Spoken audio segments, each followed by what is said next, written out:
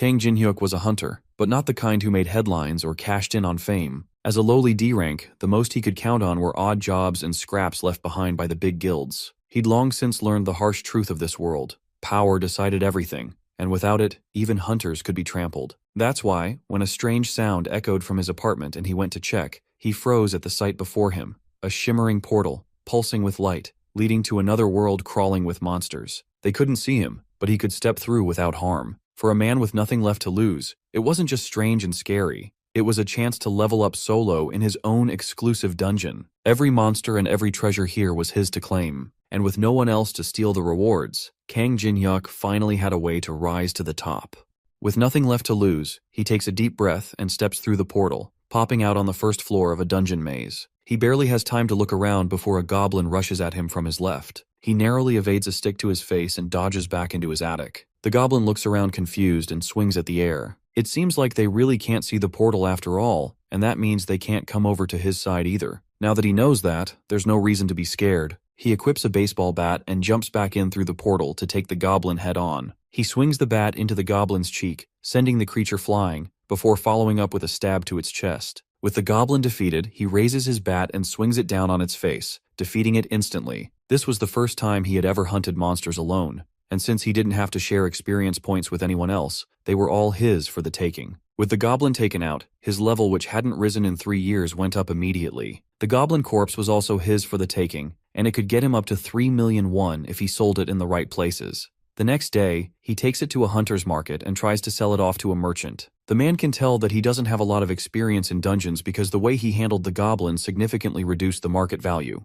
Despite that, he still managed to get a price of over 3 million won, just like he hoped for. All he needed to do was provide the name of the area where he hunted down the goblin, and he would get the payment immediately. That was something Jin-hyuk could not tell anyone. If someone found out about the dungeon in his attic, his profits could go down the drain. While he's trying to figure out a way to get out of the situation he'd found himself in, a group of hunters from the Black Dragon Guild come barging into the area like a pack of hyenas. Someone stole a kill from their territory, and they are not happy about it. At first they think it's Jin-hyuk and step up to confront him, but the merchant redirects their attention to a blonde-haired hunter who's oblivious to the situation. The hunters step up to confront him and beat him up till he can barely move. He snuck into their territory and tried to hunt monsters there without permission. For all they know, he could be the serial killer they've been looking for. With the man barely able to talk, they drag him out of the building to continue their interrogation. That man who was beaten to a pulp could have easily been Jin-hyuk. Seeing a scene like that and knowing that he won't be able to lie about where he got the goblin from, he changes his mind about selling there. He needs to find another way to sell his loot without having to deal with the thugs from bigger guilds if he didn't want his life to be at stake. As soon as Jin-hyuk gets back home, he decides to dive back into the dungeon and work on getting stronger. Before he heads in, he has to arm himself with enough equipment to be able to survive a trip into such a dangerous place. He arms himself with a teleportation stone that will allow him to teleport out of danger and back to his apartment,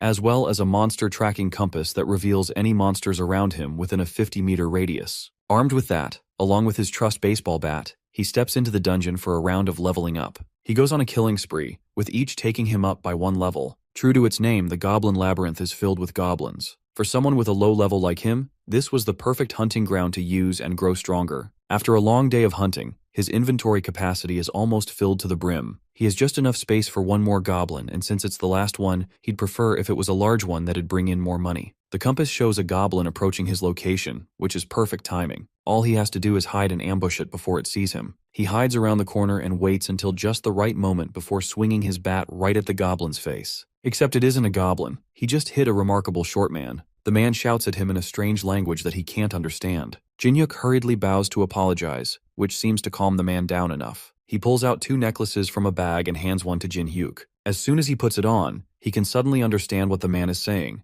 and he realizes 2 things. First, this man is very angry at him, which is fair considering that he just smashed a bat into his face. And secondly, this man isn't a man. He's a dwarf, a mythical race that he's only heard about in fantasy novels. The angry dwarf continues to yell at him while he helps to pick up the items that got scattered around. Everything he picked up seemed to be really high quality, but he barely got any time to admire them while being yelled at. The dwarf notices his bat and picks it up. He demands to know where Jin-hyuk got it from, which confuses the young man. There's nothing special about it, but the dwarf seems very determined to know. It's just an ordinary aluminum baseball bat, but the dwarf seems to think it's made up of some kind of highly precious metal named orichalcum. This ordinary bat is so valuable to the dwarf that he believes no amount of money would be able to buy it. He offers Jinhyuk a trade of some of his rare items in exchange for the bat, and seeing no reason to refuse, he follows the dwarf back to his workshop. The dwarf takes the bat deeper into his workshop while Jinhyuk looks around the place. He glances at the weapons laid around the workshop and wonders which one he should pick, but the dwarf returns soon after with his new and improved baseball bat. For some reason, it's shining a bright red color and glowing slightly. Jinhyuk wonders if this is really his bat after all, but the dwarf confirms that that's just one of the traits of orichalcum. It starts out as a soft and weak metal, but then it turns into a strong and durable material the more you enchant it. That word catches his eye. It seems that somehow the dwarf had enchanted his weapon. An enchanted item is a very rare item that only drops from very rare high-level monsters of A grade and above. Just testing out a few swings with the new bat confirms that it feels completely different than he remembers. It's almost impossible to believe that something as strong as this could be artificially created.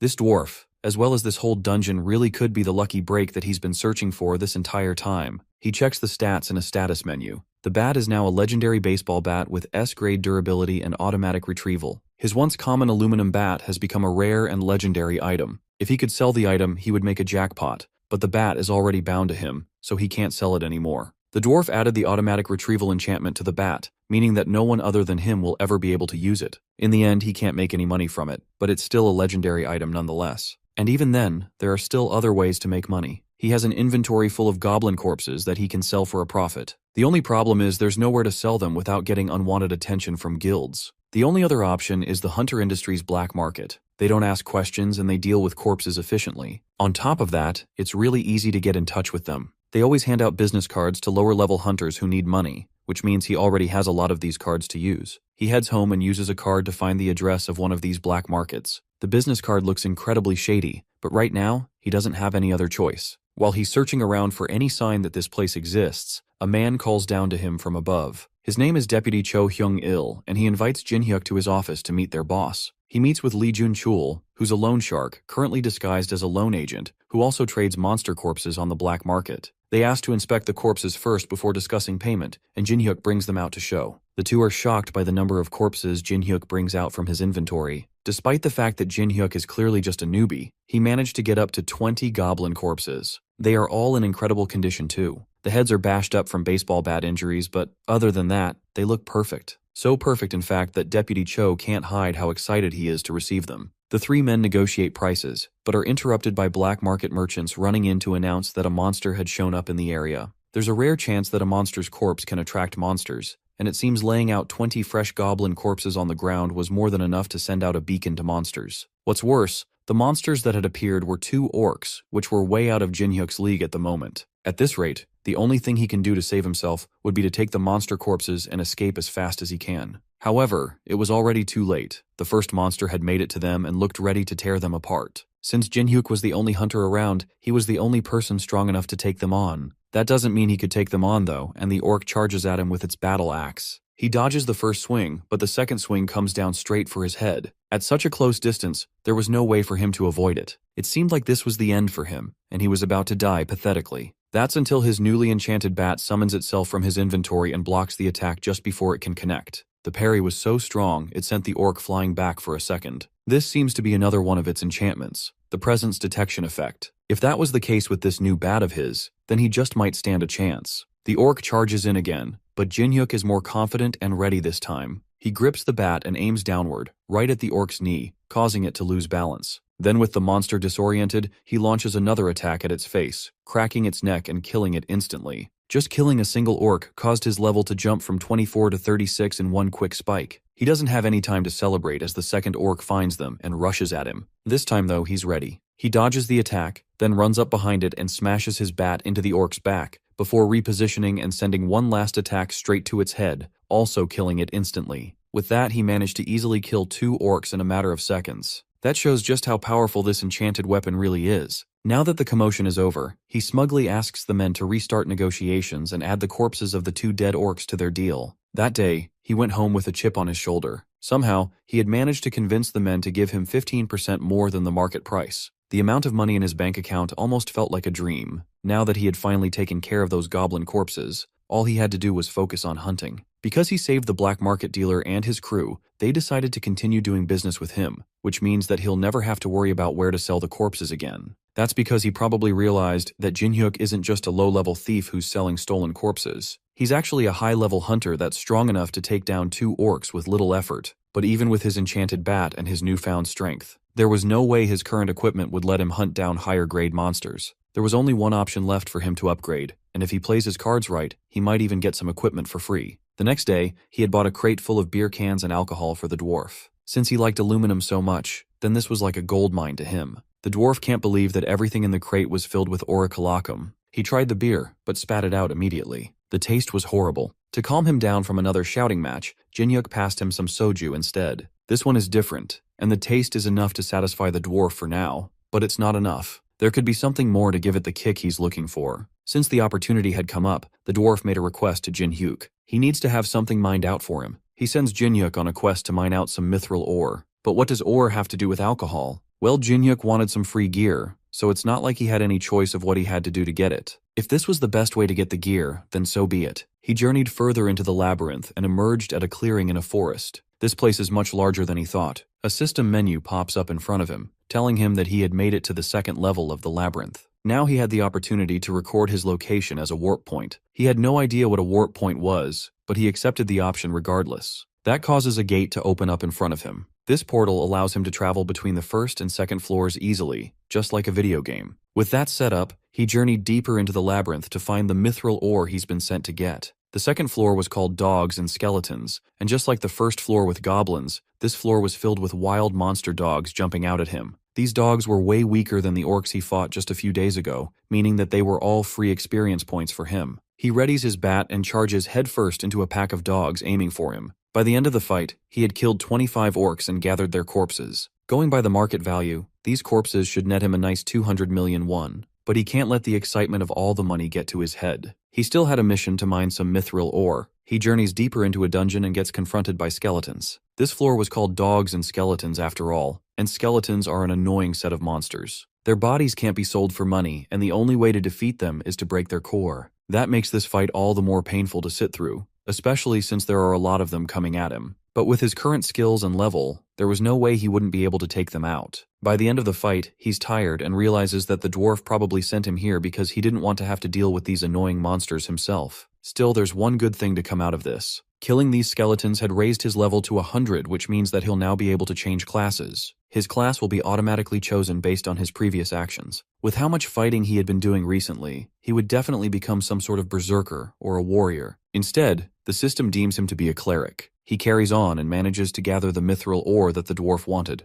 That's surprising since the dwarf didn't expect Jinhyuk to make it out of that experience alive. He may be alive, but he's exhausted from all the fighting he had to go through. Well, even with that, it's not like he came out from the encounter completely empty-handed. He managed to swipe some mithril ore for himself since it looked expensive, then he gave the rest to the dwarf. Since he managed to get the ore, the dwarf agrees to use some of it to make anything he wants. Since he already has a great weapon, the next thing he needed was some kind of armor to withstand heavy attacks from monsters, preferably something lightweight that should be easy to hide. The dwarf agrees and gets to work immediately. The process takes much longer than Jinhyuk can wait for, so he goes back home to take a nap for a few hours. He wakes up, half a dozen hours later, and goes back to the workshop to check on the dwarf's progress. By then, he's done making the armor, and he seems satisfied with it. It's mithril chainmail armor that should easily fit under his shirt and hoodie. He tries it on, and without warning, the dwarf attacks him with a hammer to his chest. There's no better way to explain something than with an explanation after all. That attack would normally have broken his ribs at least,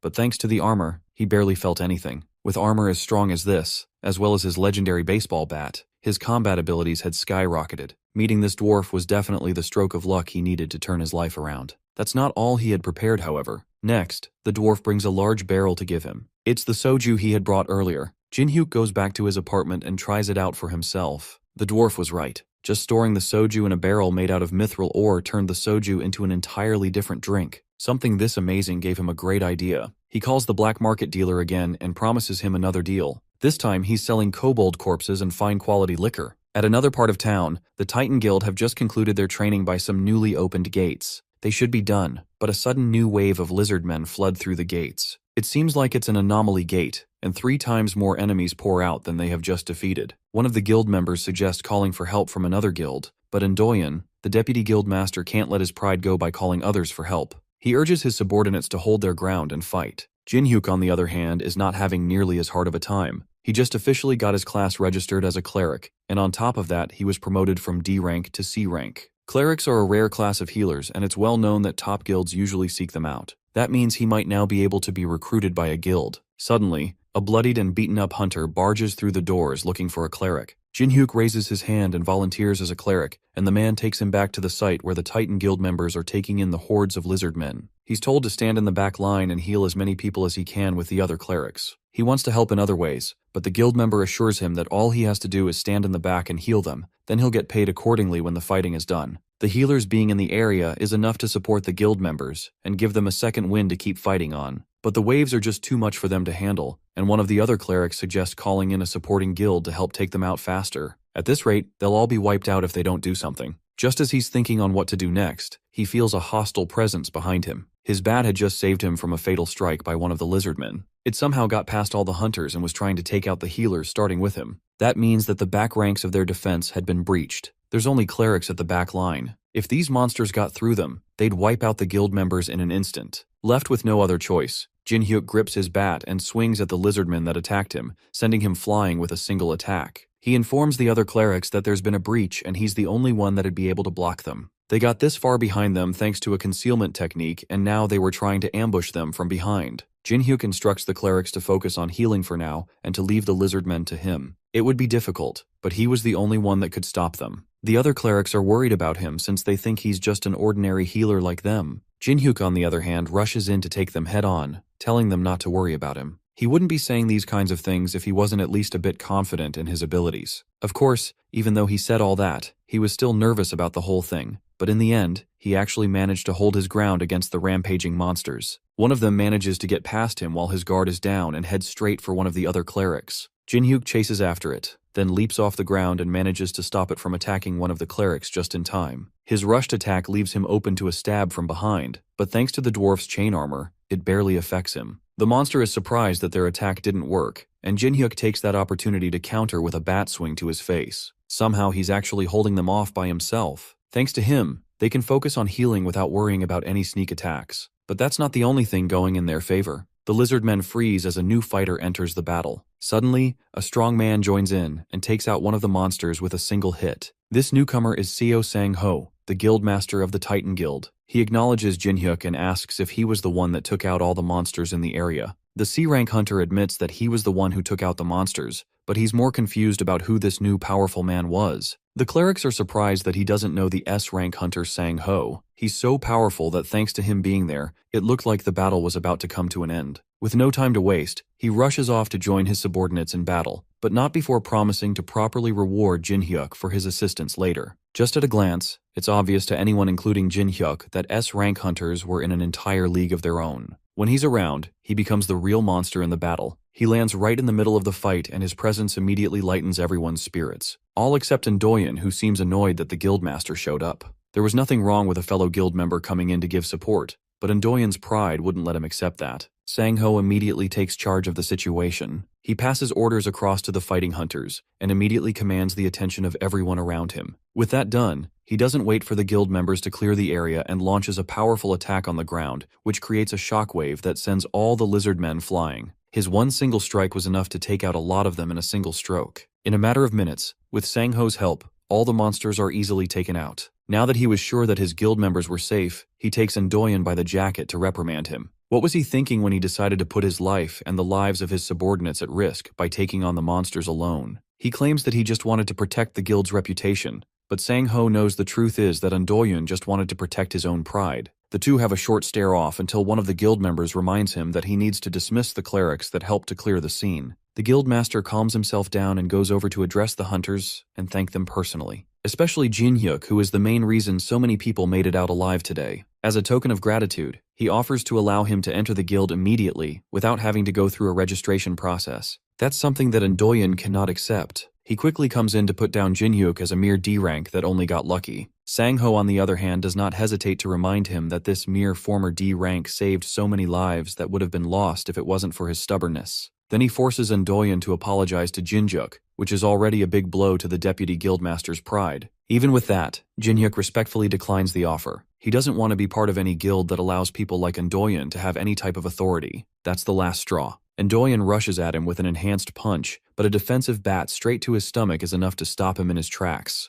The hit is enough to knock Endoyen out cold immediately. The occasion is such a noticeable moment that it appears in a news article by the next day. The higher-ups of the Titan Guild can't stand what happened to Endoyen. Not only was he publicly embarrassed by a mere C rank, he was also demoted from his authority as a deputy guildmaster. They demand that the C rank appears before them to explain himself. Sang-ho, on the other hand, doesn't agree with that. Not only did Endoyen risk the lives of multiple guild members for the sake of his pride, he also attempted to attack someone who fought for their guild. That's more than enough reason for him to be demoted. That manages to shut down the people gathered. With nothing else to say to the men, he sends them on their way. The guildmaster's mind wanders back to the extraordinary C rank that he saw the other day. Before he grows any stronger, he has to get Kang Jinhyuk to join his guild no matter what. The man in question lounges lazily in his apartment, enjoying a drink while looking through his expenses. Since he made a lot of money from hunting, he had spent more than he usually would, which put the expenses at an absurd high. If he knew things were going to turn out this way, then he would have accepted the extra pay that the Titan Guild was offering him. At the end of the day, though, it doesn't matter since he has a much better way to earn money. After some much-needed relaxation, he heads back into the dungeon to collect more monster corpses. Hunting the same old monsters isn't enough for him anymore. Now that he had gotten stronger, he was going to need some stronger opponents. He walked deeper into the second floor than he usually would, and found himself facing off against a small army of orcs. One of them tries to attack him from behind, but he successfully sidesteps the attack before retaliating with an attack of his own. The hit defeats the orc immediately right as several others swarm around him through the hall. Just a few days ago, he would have been dead on the spot, but thanks to his new equipment, he's able to defeat all of them with ease. By the end, he counts up a total of 20 orc corpses, which should net him enough money to not have to worry about anything for a whole year. Since he still had a lot of stamina left, he decides to head a little deeper into the dungeon and finds himself entering the third floor named as the Temple Guardian's Labyrinth. At first glance, there don't seem to be any monsters in the area, but the sense of calm is almost immediately broken by a large tremor shaking the ground. A giant hand bursts out from beneath him, and Jinhyuk only barely manages to move out of the way. The hand belongs to a stone golem, which is an artificial monster built from mana. Its attacks are too fast for him to dodge, and they are so powerful that even when he blocks it, he still gets pushed back by a large amount. That leaves him with very little option but to try his best and fight back. The golem seems to be incredibly strong, but it lacks the intelligence to make use of that strength. Jinhyuk takes advantage of this and manages to land an attack on its head, shattering it to pieces and causing the creature to fall. But it doesn't take much time for it to start reforming once again. Jinhyuk forgot a crucial point of the golems. It can only be defeated by completely breaking its core. Realizing this, he tries to dodge back and create some distance to re-strategize, but the monster manages to regenerate hand fast enough to catch him before he can escape. There weren't many ways he could escape this trap, but then suddenly an arrow flies in and strikes the golem in its chest. Jinhyuk sees the opportunity and follows up with a sharp jab from his bat, breaking the golem's core and defeating it once and for all. He managed to make it out of that situation alive thanks to the random stranger that saved him with that arrow shot. He turns around to thank his savior, but he's shocked when instead of seeing the dwarf which he expected, he sees a beautiful-looking woman with some strange-looking ears. Those ears mean she's actually an elf. He bows his head and thanks her for saving him, but doesn't notice the elf rushing at him while his head is down. He only gets a second to see her before she grabs him by the collar and pulls him close for an interrogation. She hasn't seen him in this dungeon before. She's curious about who he is and where he came from. The elf clearly isn't from Jinhyuk's world. She doesn't know where he's from, and his outfit looks unfamiliar to her. She asks him a barrage of questions while he struggles to free himself from her grip. She eventually lets him go after he mentions that he entered the dungeon today. That means that he knows where the dungeon entrance is. She pushes him on the ground and drops her bow. She has finally found a way out of this dungeon. Jinhyuk stands up and demands to know what's going on with her being needlessly aggressive. The elf ignores him and instead demands that he takes her to the exit. He's not impressed by her just giving him orders out of nowhere. She's really pretty though, so he'll let it slide for now. She mentions that if he successfully guides her out of the dungeon, then she will adequately compensate him. After all, she's a platinum-ranked mercenary, so he can trust her. Her name is Lucia, and she's a half-elf that prides herself on being pretty famous. Surely he had heard of her from somewhere. Jinhyuk, though, has no idea what she's talking about or who she is. She repeats that she's a platinum-ranked mercenary and shows him her badge, but he still has never seen or heard of any of these things before. Did he come from some kind of rural area? How does he not know what the badge is or who she is? He tells her that he's from Seoul in Korea. It's her turn to be confused by the names he's calling, and she realizes that the crazy mage might have actually succeeded in his dimension hopping spell. She tells him of her suspicions. In simple words, a mage from her dimension cast a spell on this dungeon that caused it to hop over into his. Something like that doesn't sound possible at all,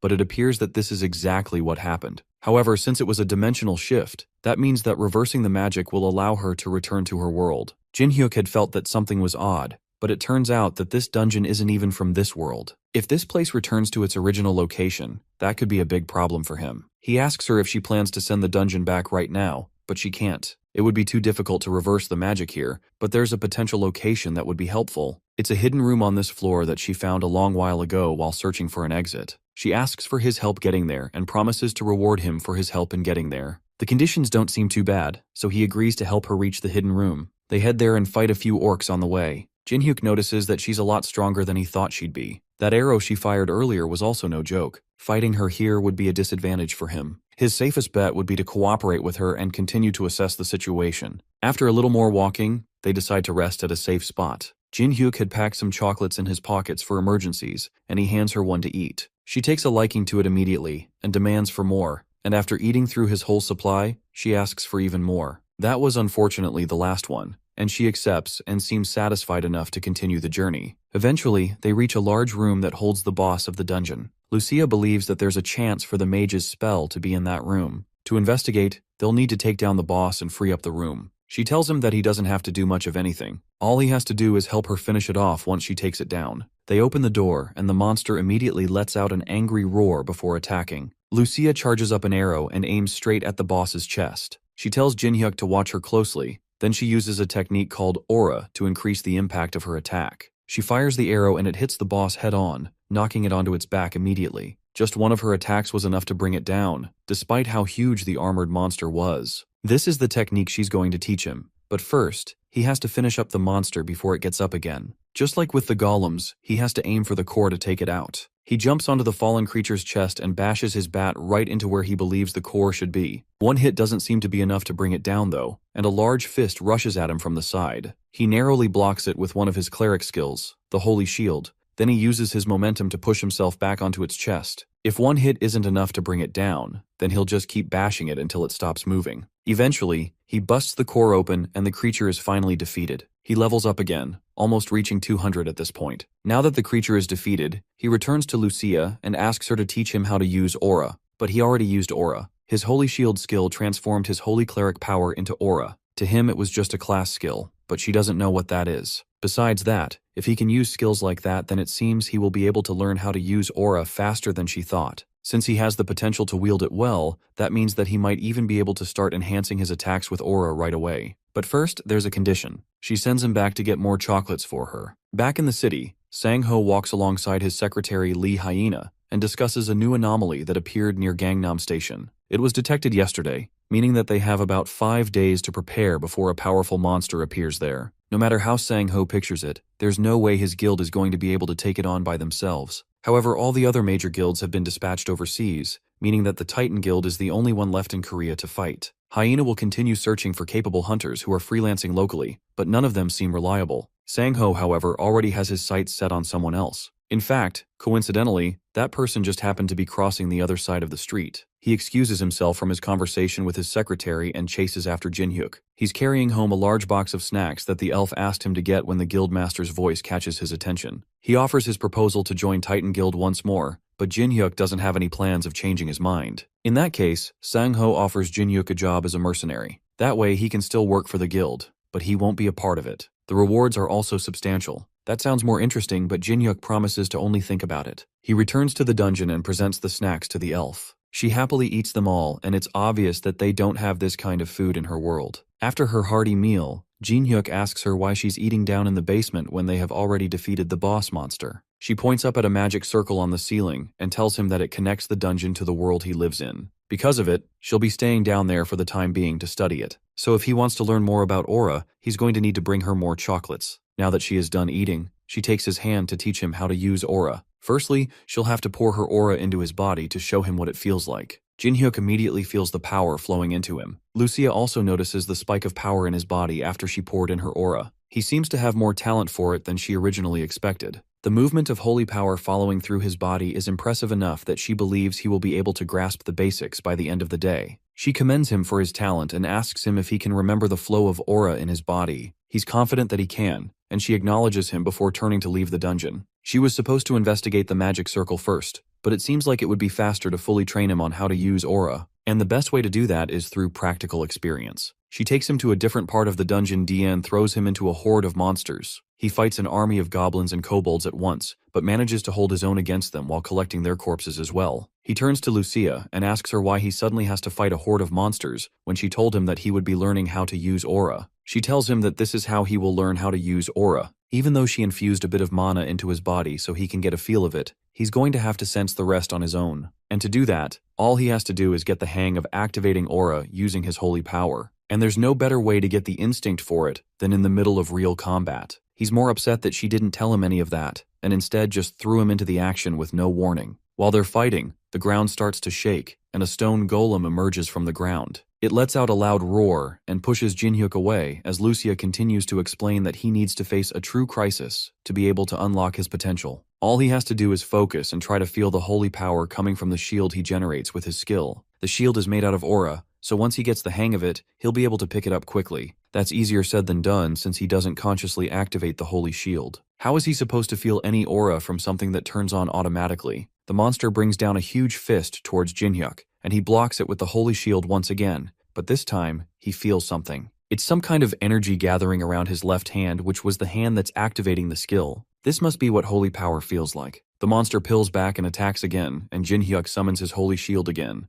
Except this time, it has a different shape than what he remembers. The sensation of summoning the shield is also different. This must be mana. The golem doesn't give him time to figure all this out and smashes down on the shield, sending Jinhyuk flying back. Lucia mocks him from her podium. She told him to get the hang of his skill, not to make foolish mistakes. He was just doing what she told him to, though. As he prepares for another attack, a status window appears in front of him. He has acquired a new skill called Holy Power Application. This skill allows him to use holy power, and to use the energy to enhance his attack and defense based on how much holy power is used. This means that there are ways to gain skills beyond getting a job change. Lucia notices him spacing out and decides to take matters into her own hands. It seems that facing a golem while learning aura was too much for him, so she offers to take care of it from there. Jinhyuk, on the other hand, quickly recovers himself and tells her to stand down. Now that he has a grasp over his new powers, he should be able to take care of everything. He charges at the golem, then leaps off the ground, narrowly dodging another stone fist aiming right at him. Then while in the air, he focuses his mana into the bat,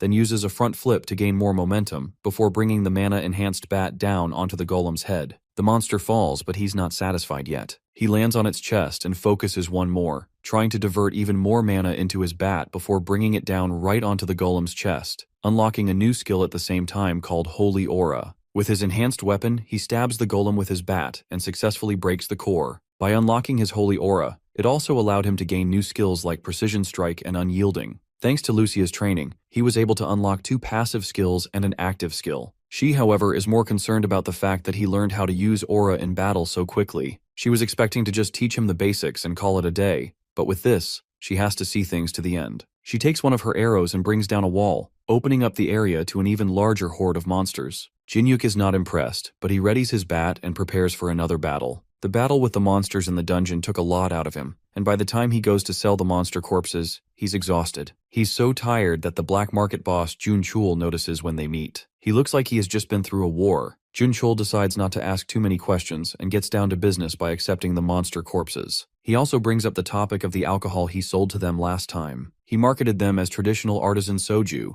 and since it went on the market, orders have been flooding in. With how popular the drink became in such a short time, he could focus on selling liquor and never have to worry about money again. With enough money to last him for the rest of his life and a small business set up already, Jinhyuk heads home to rest. His training with Lucia has left him immensely tired, and only seconds after laying down in bed, he passes out immediately. Not long after, he's woken up by the sound of a disaster alert. A loud automated voice urges everyone on the street to evacuate and get to safety. Today is already the day of the monster invasion. It seems to have come early this month. Monster invasions usually happen randomly, but there is a certain invasion that happens after a set period of 1 month. This invasion is pretty common, and usually Jinhyuk would use this opportunity to catch some low-level monsters for some loose change. This time though, he's too tired to care. The large guilds will take care of them anyway, so he shouldn't have to move a finger. At least that was the plan until a notification came in on his phone informing him that due to the urgency of the invasion, the rewards for monsters would be tripled. With triple the rewards up for grabs, Jin-hyuk can't ignore the invasion anymore. He steps out onto the street to see what if he can take some down and cash in. Meanwhile, security officials guide people and try to clear the streets while the Titan Guild battles hordes of monsters running through the city. The security line is already breaking due to the number of monsters trying to get through, and Sang-ho is running out of stamina to keep up the fight. No matter how many he takes down, more just keep popping up. The guild members are already at their limits, and even though it looks like they have the upper hand,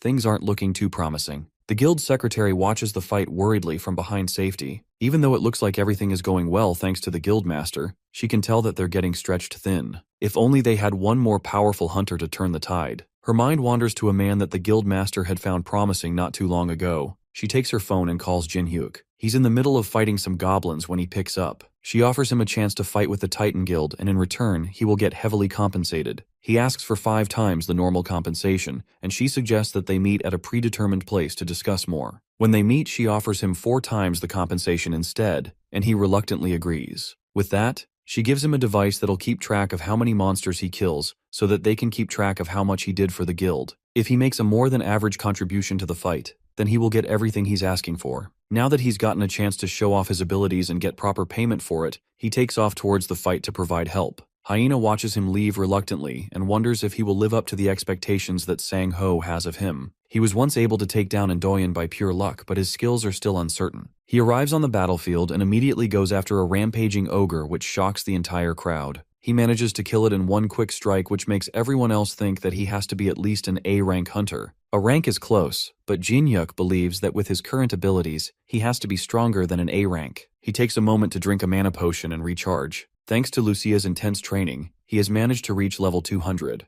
Normally, he wouldn't be able to face an ogre, but as long as his mana doesn't run out, he should be able to keep up with an S-rank hunter. And right now, he has over 1,500 mana potions, which means that all the monsters around him right now were nothing but money makers. Elsewhere, Endoyen takes down monsters alongside his guild members. He notices that the monsters are dramatically decreasing and turns to see a group watching someone take down monsters with ease. He checks on them himself and sees the one person he hates the most right now. He yells orders to the stunned hunters and tells them to stop daydreaming and go back to fighting monsters. Why was this guy here and who invited him? Just seeing Jin-hyuk reminds him of their last encounter and how his embarrassing moment was broadcast all over the news. That last time must have been due to lots of luck. This time, since he's alone, there'd be no problem taking him out and putting him in his place. With that in mind, he rushes towards Jin-hyuk in hopes of fixing his nasty habit of being at the worst place at the wrong time. Unluckily for him, the C-rank hunter notices him far too early and manages to counter his attack, sending Endoyen flying and knocking him out yet again. He's too busy to entertain this random crazy guy. Meanwhile, Sang-ho stares down a rampaging minotaur. His mana is almost gone and he's out of stamina.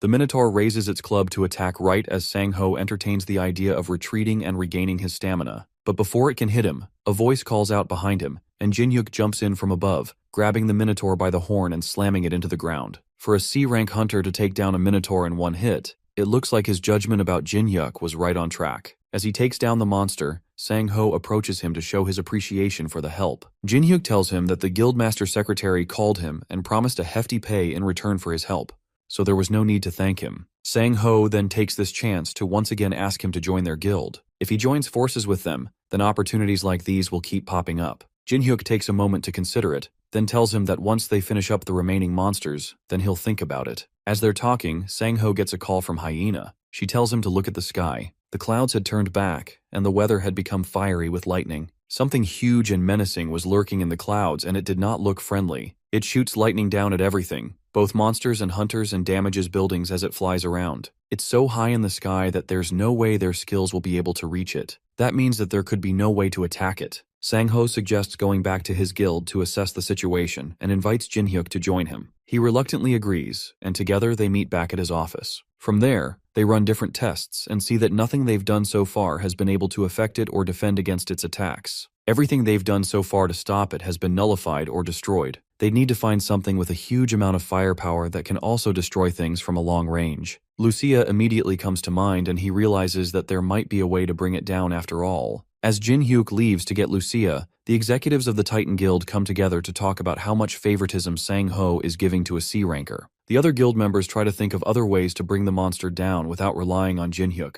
but there's just no other choice in the matter. All other methods are guaranteed to fail, so the only option left is to trust in the only hunter with an idea. They could call another guild named Gadia, which is a large guild filled with A ranks and higher mages. Unfortunately, those guys don't care about casualties, and calling them in will surely result in many deaths. The other members in the room fall silent after they realize that they really don't have any other choice but to wait. Back at the apartment, Jinhyuk comes out of the portal with Lucia. He thanks her for agreeing to help and promises her as many sweet treats from his world as she could want as a reward. Together, they head to the top of the Titan Guild headquarters, and Jinhyuk shows her the monster that's terrorizing their city. He asks her if she'll be able to take it down, and she's certain that she can. The thing is so big that she can hit it with her eyes closed. The monster is level 300, which is the highest level monster that has ever been recorded. She assures him that she can take it out, but first, she's going to need a little help. The building's roof is too fragile to handle her power, and she needs him to prepare a shield to absorb most of the impact if he doesn't want to see multiple buildings destroyed. With things properly set up, Jinhyuk calls the guild leader and asks about the potential damage to the area. Once they take down the monster, the damage to buildings will be unavoidable. Sang-ho tells him not to worry about all that, and to only focus on bringing down the monster. With that settled, Jinhyuk prepares a shield while Lucia charges up 2 arrows to take down the beast. She aims carefully, then releases the shots, which causes a massive shockwave that pushes Jinhyuk back even with the shield. The 2 shots race through the sky towards the monster, and in just a second, they land a direct hit on the beast, taking it out in one shot. The damage is so massive that half its body is disintegrated from the impact. The Titan Guild watches from the ground, amazed that he managed to pull it off so easily. Hunter Kang Jinhyuk just continues to amaze people. The whiplash from Lucia's attack was enough to leave smoking trail marks on the building's helipad. It may not have been the time to hold back, but this was way too much. Lucia, on the other hand, is more disappointed that the monster was so weak. It wasn't like that at all. It's more like Lucia is just way too strong for any monster that pops up in this world. Regardless, the job is done and it's time for her to head back. She passes him the tracker that keeps track of his points, and the reading was a massive 240 points. With that, she turns to leave, but not before leaving him with a warning not to place too much trust on other people. When there's a lot at stake, people's minds tend to cloud with the hope of money. It would be better to not allow himself to be deceived like she has been on her many adventures. Jinhyuk assures her that he'll be fine. If he notices anything wrong, he'll make sure to take care of it. They part ways, and Jinhyuk heads down to the street where he's found by San-ho and his secretary. They catch up with him and ask him how he managed to take such a huge monster down by himself. He politely declines telling them and says that it's a secret. One of the executives with him takes offense at that and doesn't believe that a mere C rank can take down such a huge beast. But Jinhyuk shows them the monster tracker, which has a massive amount of points, showing that he really was the one who brought it down. Sang-ho stops him there and apologizes to Jinhyuk for the outburst. The executive watches them in anger. It seems that Sang-ho loves to side with a C rank more than his own guild members. In that case, it is time to find a change, because Sang-ho keeps standing in the way of the guild's future. He takes out his phone and places a call to an unknown number. By the next day, the rumor had spread all over the city that the giant monster was taken down by an ordinary C rank. The members of the Titan Guild don't believe it, but it's not that hard to verify. Word had even gotten around that the guildmaster personally offered him a direct entry into the Titan Guild, but he turned it down. He must be really confident in his skills to turn down such a huge offer from Sang-ho himself. The rumors had even managed to reach members of the Altron Guild, who had also received information that An Do-yoon had been hospitalized after the events of the monster invasion. He was known for his impressive skills, but information reveals that he was taken down by the rumored C-rank hunter. If that is true, then the rumors had some truth to them. The Altron Guild scouts decide to meet with Jinhyuk themselves and verify the information. He might have unlocked a hidden class, which was exceptionally rare for hunters to do. If that's the case, they had to recruit him into their guild first before another guild took him, or they would eliminate him. Jinhyuk, on the other hand, slept soundly after the battle. He had used up all of his stamina during the fight and passed out as soon as he got the chance. He woke up after 2 days of dead sleep and realized that this was the backlash from overusing his stamina. He walks out into his living room and finds that Lucia had made a huge mess with all the snacks that he bought her. She had managed to eat everything in just 2 days. She had no choice though, since there was no food left in the fridge, and all he had available to eat were those snacks. She also couldn't go back to the dungeon since he hadn't opened the portal for her. That confuses Jinhyuk since he has never needed to open it before. It's always open as far as he knows. He goes to his attic to show her that the portal was open even right then. That didn't make sense to her since just a moment ago, there was nothing there. She tells him to step away from the door, then reopens it, and sure enough, there's nothing there now that he has stepped back. Jinhyuk has no idea what's going on since he has only ever seen the dungeon open. Lucia has a theory that the dungeon reacts to only him, meaning that wherever he goes, the dungeon follows. It seems like the dungeon is imprinted directly on him, which means that there was a chance the dungeon could have fallen directly on his head. Luckily, it was a failed spell. He decides not to think about that and instead orders some food for the both of them. She wonders how he even found his way back to the house after they defeated the monster. She placed a recognition suppression spell on it, which should have made it impossible to find.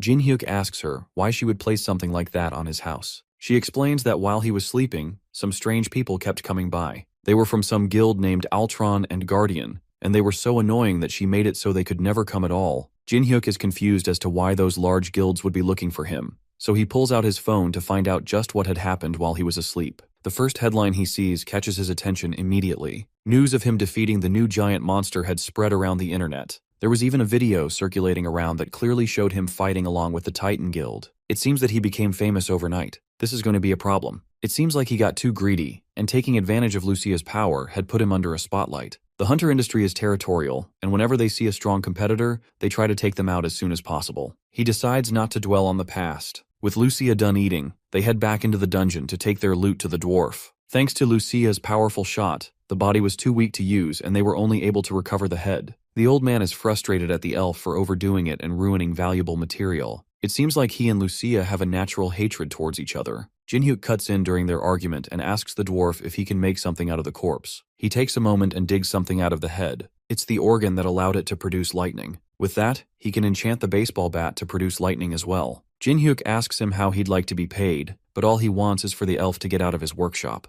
Lucia starts shaking with anger, and Jin-hyuk has to calm her down with promises of more sweets. After just barely stopping her from shooting a hole straight through the dwarf's head, he heads back into the city to buy her promised sweets. On his way back home, he senses something in an alleyway. It seems like someone is tracking him. He drops his groceries behind a wall and calls out to the creep following him. A voice answers back, surprised that Jin-hyuk noticed him at all. Suddenly, a figure appears out of nowhere and rushes at him with a swing of a sword. Jin-hyuk just barely manages to block the attack with his bat. The newcomer is surprised that Jin-hyuk could even see him at all. This confirms that the rumors were true. Jin-hyuk really is more than just an ordinary C rank. Jin-hyuk pushes him back, then leaps at him with another attack from his bat. Since he doesn't want to reveal who he is, then he's just going to have to get beat up till he feels like talking. Since the attacker can't fight head-on, he uses a skill to turn himself invisible again, deciding to change tactics. Jin-hyuk can just faintly feel his presence, but he can't see him. The slight sense he has is just enough to tell when he's going to attack, though. He manages to dodge and block most of the attacks that are thrown at him,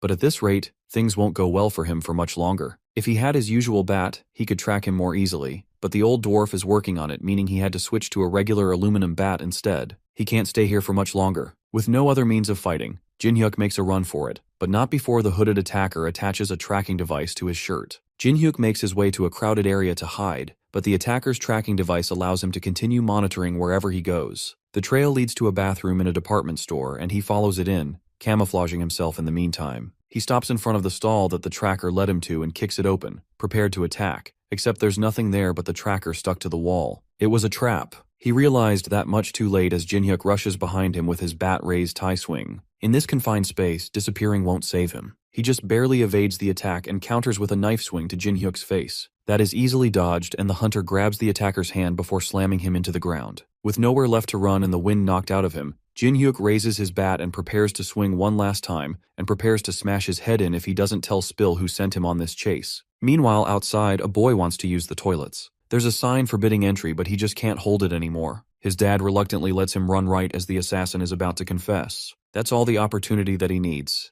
The assassin charges up a fireball and sends it straight at Jin-hyuk and the child, forcing him to put up a shield and save them both. The assassin uses the smoke as an escape to run while he still can. The higher-ups only told him to get some information from him. He didn't expect things to be this troublesome. As he tries to run, an object stabs right through his chest, killing him instantly. Jin-hyuk stands behind him trying to catch his breath. It seems like he used too much force and accidentally killed him. As he's lamenting the situation, a status window pops up in front of him. It acknowledges the murder but labels it as self-defense. Because of this, the villain trait will not be given, and instead, a hidden job change has become available. After the nasty restroom scuffle with the mysterious criminal, Kang Jin-hyuk found himself posted up outside the crime scene, still reeling from what happened. As far as he knew, when a hunter kills a person, they should receive the infamous title of villain. Furthermore, clerics like him would suffer a penalty wherein their skills are sealed. He really thought it was over for him. Without his cleric job, his combat strength would be significantly diminished. But killing that bastard surprisingly triggered a class change. Two detectives approached the shaken young man to get his statement as to what happened in the restroom. The lead detective, Jo Kyung-yeon, from the Hunter Affairs Division, showed his badge and politely asked for Jin Hyuk's cooperation on the sensitive matter. They identified the magician hunter who attacked the young man.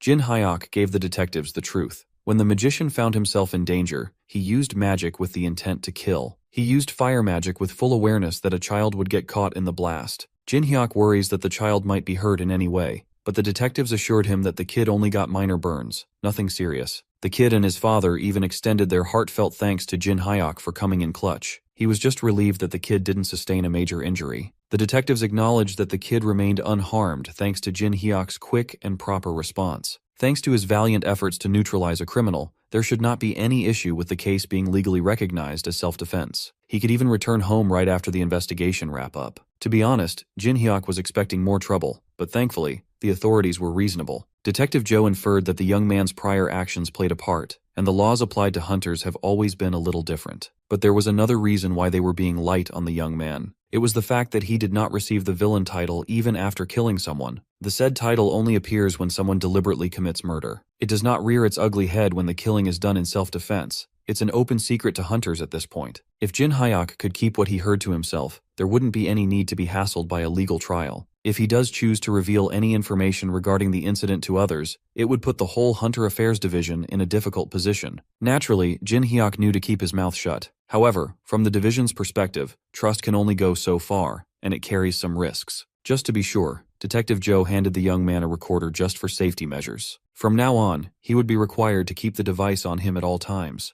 To put it bluntly, the monitoring device would get triggered if it picked up on 3 taboo words. As soon as it hears the words murder, villain, and self-defense, a signal would be sent to the authorities. As long as the young man keeps his mouth shut about the entire matter without speaking those taboo words, there should be no problems. Detective Joe urged Jin Hyuk to go home and rest to wipe the shock from his system while the big boys cleaned up all the mess. Jin Hyuk thanked the detectives and went on his way home with a sullen expression. As soon as he walked away, the detectives gossiped about the young man rumored to be the one who captured the rumored new type of monster. Even an amateur could plainly see that Jin Hyuk was not a C-rank hunter at all. He managed to block a full-powered flamestorm without taking any damage while protecting a child. The high-level magician hunter criminal wasn't someone that anyone could just defeat. At this point, Jin Hyuk's mysterious capabilities are more than just exaggerated rumors. What the division was sure of was that Kang Jin Hyuk must have power far beyond a normal C rank. The detectives could only hope that he stayed clean of unnecessary trouble to cultivate mutual trust. Finally, alone, Jin Hyuk checked on his new class, the Inquisitor. It was a hidden class without any publicly available records available. He was hoping to acquire something like this someday, but he didn't expect to get it so soon. Rather than drooling over the skill descriptions boringly, he would rather test his new class out through actual combat. He let a goblin get close enough to take a swing against him. He was practicing the skill that replaced his healing capabilities and turned it into something called hard skin. With this specialized skin, damage taken from enemy attacks would be greatly reduced. He also got a new status resistance skill, making him less susceptible to poison, sleep, stun, and many more status effects. Pleased by his haul, Jin Hyuk raised his fist against the goblin in front of him. Now he understands why people use the term transformation. While his existing skill effects remain, they have changed to be more self-focused instead of supportive. He can no longer use the holy aura, but he gained access to the fighting spirit skill, making his aura more suitable for combat. Going up against goblins with his bare fists just got a whole lot easier. As for his holy shield skill, it was replaced by the defense charge skill, allowing him to charge forward with unstoppable momentum and impenetrable defense. Mowing down hordes of goblins with just his body was a cakewalk. He basically got a protective skill, a charge that increases defense and resistance to every status effect there is. Turning into an Inquisitor had made him a full-on combat tank. After he finished testing out his new combat prowess, he turned his attention to his other new skills. He gained a discernment skill that quantifies karma, giving him a numerical value of a person's morality. Jin Hyuk took out his smartphone and opened the front camera to see that the number 64 was displayed on top of his head. It's still a mystery how valuable this skill can be. He had no frame of reference to what constitutes high karma, so he wasn't sure if 64 was good or bad. In addition, he got another skill linked to karma value, the judgment skill. Through this new ability, facing an enemy with a high karma value would boost his stats and additional effects. When facing enemies with 200 or more karma, stats increase by 20%, 50% against 300 karma, and 100% against 500 or more karma. In short, he'll get stronger when fighting against bad guys. This fact alone made the Inquisitor's job worthy of the hidden class distinction. Still, a class that openly pushes the host to take down villains is unheard of. After Jinhyok's experiment, he went straight to the forge. In there, the old dwarf just finished infusing his bat with the power of lightning. The bat can hold up to 3 charges of lightning, and it takes half an hour to recharge each charge. Of course, Jinhyok was very pleased with this power-up. He asked the dwarf how to use this new sick feature, and it turned out to be pretty straightforward. The old dwarf had caught a kobold trying to rob his workshop, so he tied the beast in the backyard. It would be the perfect testing dummy. The monster snarled and growled ferociously, but it could not break free from the chains. To shoot the lightning, Jinhyok doesn't even need to cast a spell or anything. He could just use it in the middle of a fight by imagining the attack in his head. The young man focused and kept his eyes on the prize. He took on a batting stance as if he was about to hit a nasty fastball while imagining the power of lightning coursing through the bat.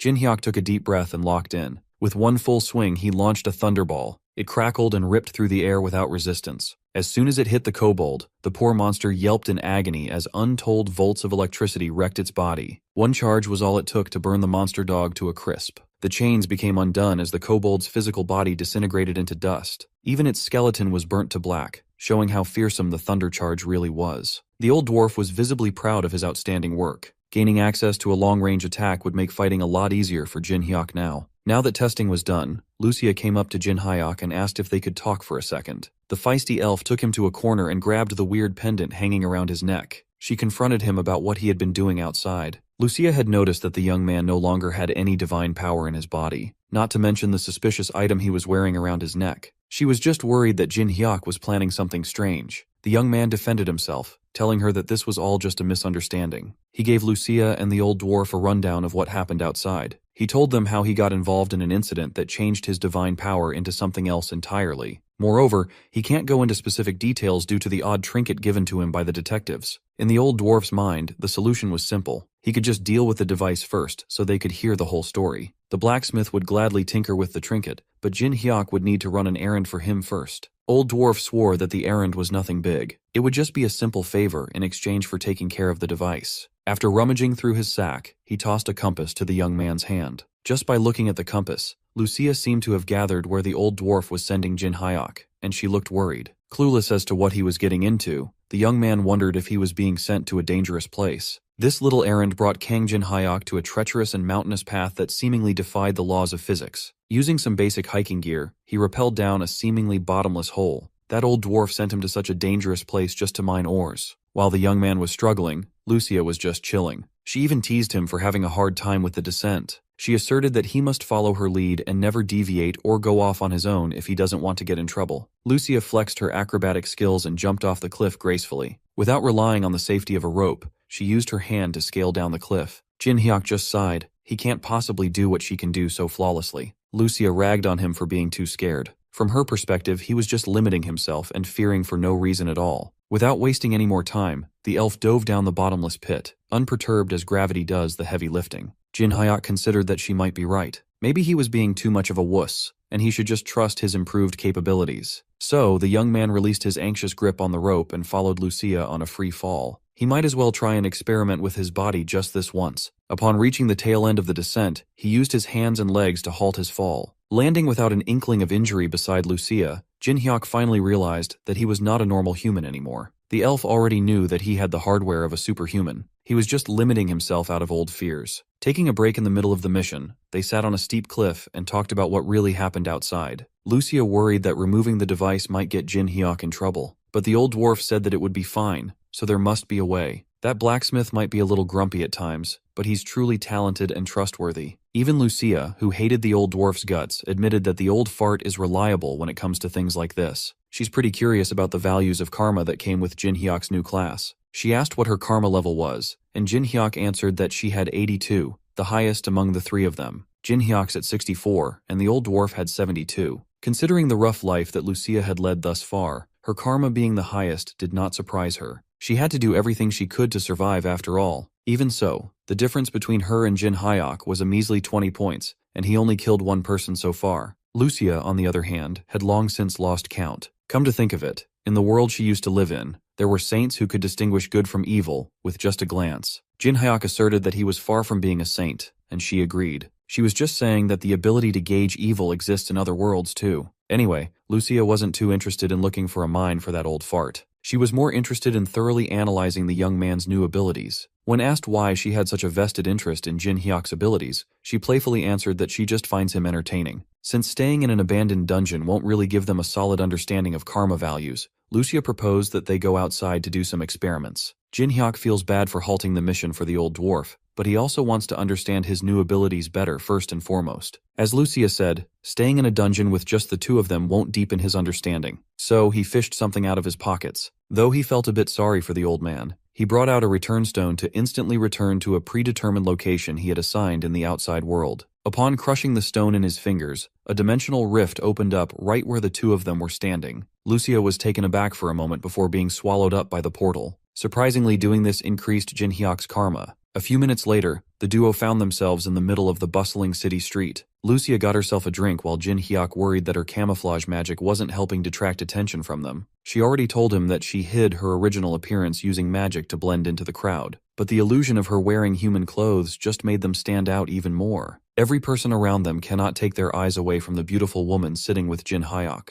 Lucia cheekily insisted that she couldn't conceal her beauty, so camouflage wasn't helping much. As much as Jin Hyuk wanted to disagree, he couldn't. Lucia might be the prettiest woman he had ever seen. Enough with the useless chatter. Lucia wanted to summarize what they know about karma values thus far. Simply put, doing bad things accumulates karma. For example, Jin Hyuk's karma value increased by 1 point due to his failure to keep his promise to the old dwarf. Besides hurting others, karma can increase through other nasty things. On the other hand, if it's consensual harm, like in a self-defense situation, karma values don't go up. They still don't have the baseline of what constitutes high or low karma, but if it's over 200 points, a person is recognized as a villain. Killing someone in the 200 karma value threshold won't get you penalized. It would be considered self-defense instead of murder. The powers that be no longer see them as human. Since even Lucia and the dwarf haven't reached 100 points, you have to be pretty evil to get over 200. Jin Hyuk had been observing people the whole day, and he hadn't even seen an average pedestrian with over 50 points of karma. They're probably wasting their time in a relatively peaceful public place. They need to go to a scummier area to see some real high karma people. Luckily, a place where bad guys gather was easily accessible through the red light district of the city. Lucia was fascinated by the blaring lights in the streets at night. She asked if people weren't afraid of being spotted by monsters or anything like that.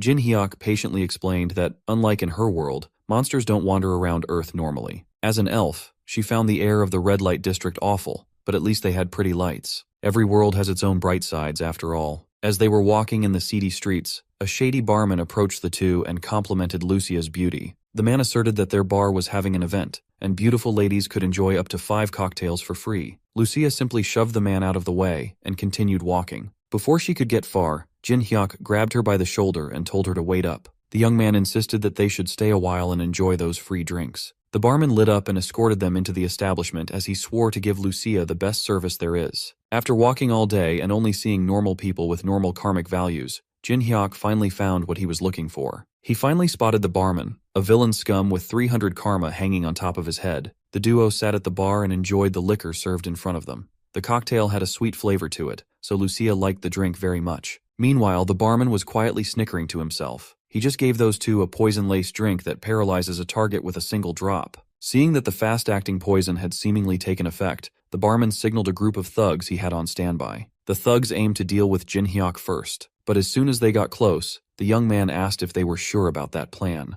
Due to his status effect resistant skill activating, the poison in the liquor was useless. Jin Hyuk quickly turned around and delivered a staggering blow to one of the thug's jaws. The young man smiled at the fact that he could finally stretch his limbs against these scrubs. He pulled back and wound up another punch that struck 2 goons at once, a 2-for-1 deal if you will. Based on the distance covered by these flying fools, it was plain to see that the force behind his punches was deadly. Before giving the goons any time to regroup, he pivoted his foot in a sharp motion. He used his other leg to kick another one in the face. One kick was all it took for a knockout. Meanwhile, Lucia slowly opened her eyes as the effects of the paralytic poison gradually dissipated in her body. She turned around and saw a bunch of goons lying on the floor, taken down by Jin Hyuk. Lucia was confused and asked what was happening. Well, the young man was just cleaning up trash. The barman saw everything unfold and finally called his trump card to take action. Buzzcut took his jacket off, and his muscles bulged through his shirt. He knew that he had to take the young man seriously. Buzzcut dashed with impressive force, and the duo just looked at him apathetically. Jin Hyuk fixed his eyes on the man's hulking figure dashing in his direction. Lucia took another shot of the poisoned cocktail and asked if he needed some help. He declined, knowing that he could take another goon by himself. Buzzcut felt infuriated as the duo talked as if he was a non-factor. He swung his best punch only to get stopped by a perfectly timed grab.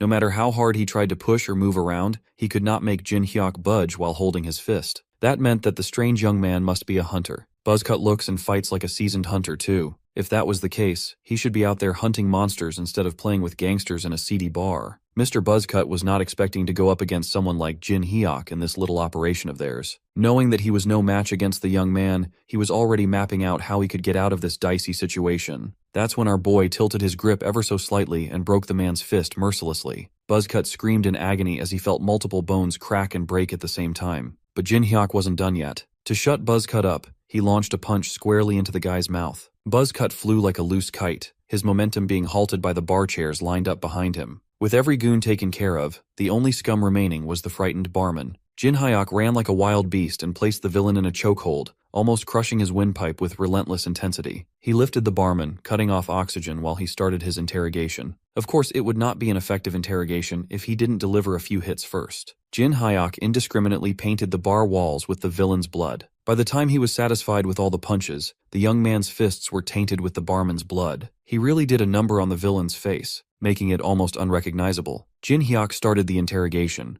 It was obvious that this was not the first time the barman pulled something like this. And to run this operation, he must have someone backing him up. The barman vehemently denied that he had any backing or anything like that. But there was no way a worthless thug could get away with repeatedly spiking drinks and abducting women without getting caught. Those hired gangsters must also be affiliated with some bigger power. It's impossible to hire them without some organization's support. Jin Hyuk looked the villain in the eyes and gave him one last chance to talk. Even after being beaten up and threatened, the barman continued to deny any involvement of a backer. Going this far to not snitch must mean that the barman's incredibly loyal, or whoever's behind everything is scarier than the beating he's taking now. To see which one was true, Jin Hyuk had no choice but to get even rougher. He grabbed one of the barman's feet and started pulling. Confused and scared, the villain started squirming around and screaming. Jin Hyuk insisted that he was simply helping the guy find the motivation to talk in any way possible. Barman tried to act tough and asserted that violence wouldn't make him talk. But the young man begged to differ. Before Jin Hyuk could do something more horrific, Lucia interjected and told him to get out of the way and stop with his barbaric and complicated methods. She manifested a mysterious power in her hand and slowly brought it up to the barman's face. The villain went from scared and confused to relaxed and loose, albeit still ugly. As soon as Lucia's mysterious power entered the barman's system, a few seconds of silence passed. Suddenly, his face twisted into demonic insanity, and he started asking the duo if they were sent by an organization called Altron. He crazily insisted that no matter how much crap Altron pulls, it's too late now. Whatever Lucia did to this guy made him a mumbling fool.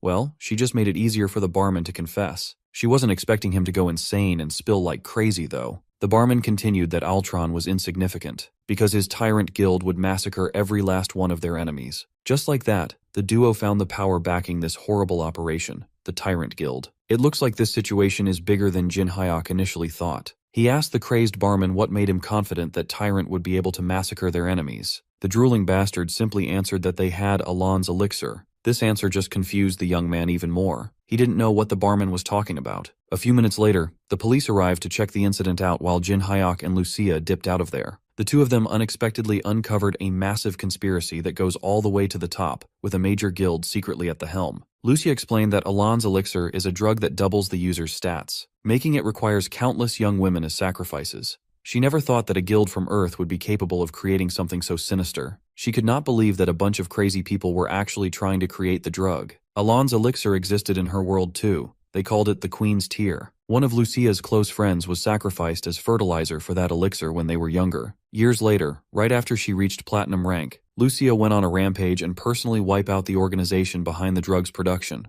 That explains why she had a grim look on her face ever since they left the bar. The question now would be what they're going to do next. Since the barman spilled that the elixir was almost complete, they just needed to wipe the Tyrant Guild out before its completion. At the same bar, right after the police left the scene, a man covered in all black reported what happened to his superiors. He had a mask and glasses that covered half of his face. Based on his own investigation, the incident in the bar wasn't an internal dispute. What's strange was the perpetrators only killed the barman and left. This bizarre method wouldn't be used by another guild or someone on their side. The masked man's next assignment was to find out who interrupted their operation as soon as possible. He was confident that he could deliver the perpetrators with haste. Let's turn our attention to our friends at the Titan Guild. Currently, the top brass is on an overseas business trip. According to the competent secretary Lee Hyena, the results of their Hong Kong trip were excellent. If their first half performance continues to improve like this, they might be able to entertain the idea of recruiting 15% more guild members. The guild was thriving, but Titan Guild leader Seo Sangho was not feeling too well at the moment. He was stressing over the news regarding Alon's elixir. Just as he expected, Lee Hyena had never heard of such a thing. The association has been trying hard to conceal its existence from the world. It would be tough for Lee Hyena to return to Korea at the moment as she still has some guild business overseas to attend to. Since that was the case, Sangho would have to act on his own for now. He tasked Secretary Lee Hyena to issue an urgent order to the entire guild immediately. As of now, the Titan Guild will be declaring a full-on hostile relationship with the Tyrant Guild. A war is upon everyone. Surprised by such a drastic decision, Lee Hyena asked for more information before they thrust the entire guild into the middle of a major conflict. All Sangho said was that failing to prepare now would only lead to even greater chaos in the future. If the information he received turns out to be true, it would be too late once chaos descends. Lee Hyena demanded what kind of information the leader had just received to act this unhinged. Sangho knew as well as anyone that this order was a declaration of war against an entity as big as their guild. He also assured his secretary that the Ultron Guild and even the government would be on their side when the time came. Even so, war carries enormous risks for everyone involved. Lee Hyena suggested that they at least consult their guild executives to make a more cautious and reasonable decision, but Sangho had already made up his mind. His thoughts have never been clearer, and he has no time for nonsense meetings. Just by looking into his eyes, Lee Hyena knew that the leader had already made up his mind on this matter. Sangho's usually the cautious type, yet he's making such a decisive decision. He understands that she's feeling some reservations about acting blindly without much information at hand. For now, Sangho needs Lee Hyena to trust his call and declare the order confidentially within the guild, while they conduct hushed investigations. The official announcement of war can come later. As for the internal investigations, Sangho already had a few people he wanted more info on. What prompted this sudden shift in Sangho, you ask? Obviously, it was a single text from Jin Hyuk regarding Tyrant's plan to create the sinister drug through human sacrifice. Lucia was just chilling in Jin Hyuk's crib, eating her sweets and nagging the young man regarding his plans. She was glad to know that there were some trusted and level-headed people in this world like Seo Sangho. If no one agreed to join forces and destroy the Tyrant Guild, she would have handled the matter herself. It helped that the method to create Alon's elixir was undoubtedly inhumane. Jin Hyuk asked when the elf would go back to the dungeon instead of emptying his pantry all day, but she refused to go back to the boring dungeon and miss out on the raid against a villainous guild. She reckoned that the Tyrant Guild must not be ordinary hunters if they were crazy enough to concoct something so sinister. Even Jin Hyuk had to admit that he couldn't handle such a large organization by himself. At least not yet. Lucia officially offered her help in wiping out those scum together. Jin Hyuk thanked her for doing so, even if she didn't have to. Suddenly, someone started knocking on the door and calling Kang Jin Hyuk's name. He wasn't really expecting anyone, so this was an unexpected surprise. Maybe it was just a delivery.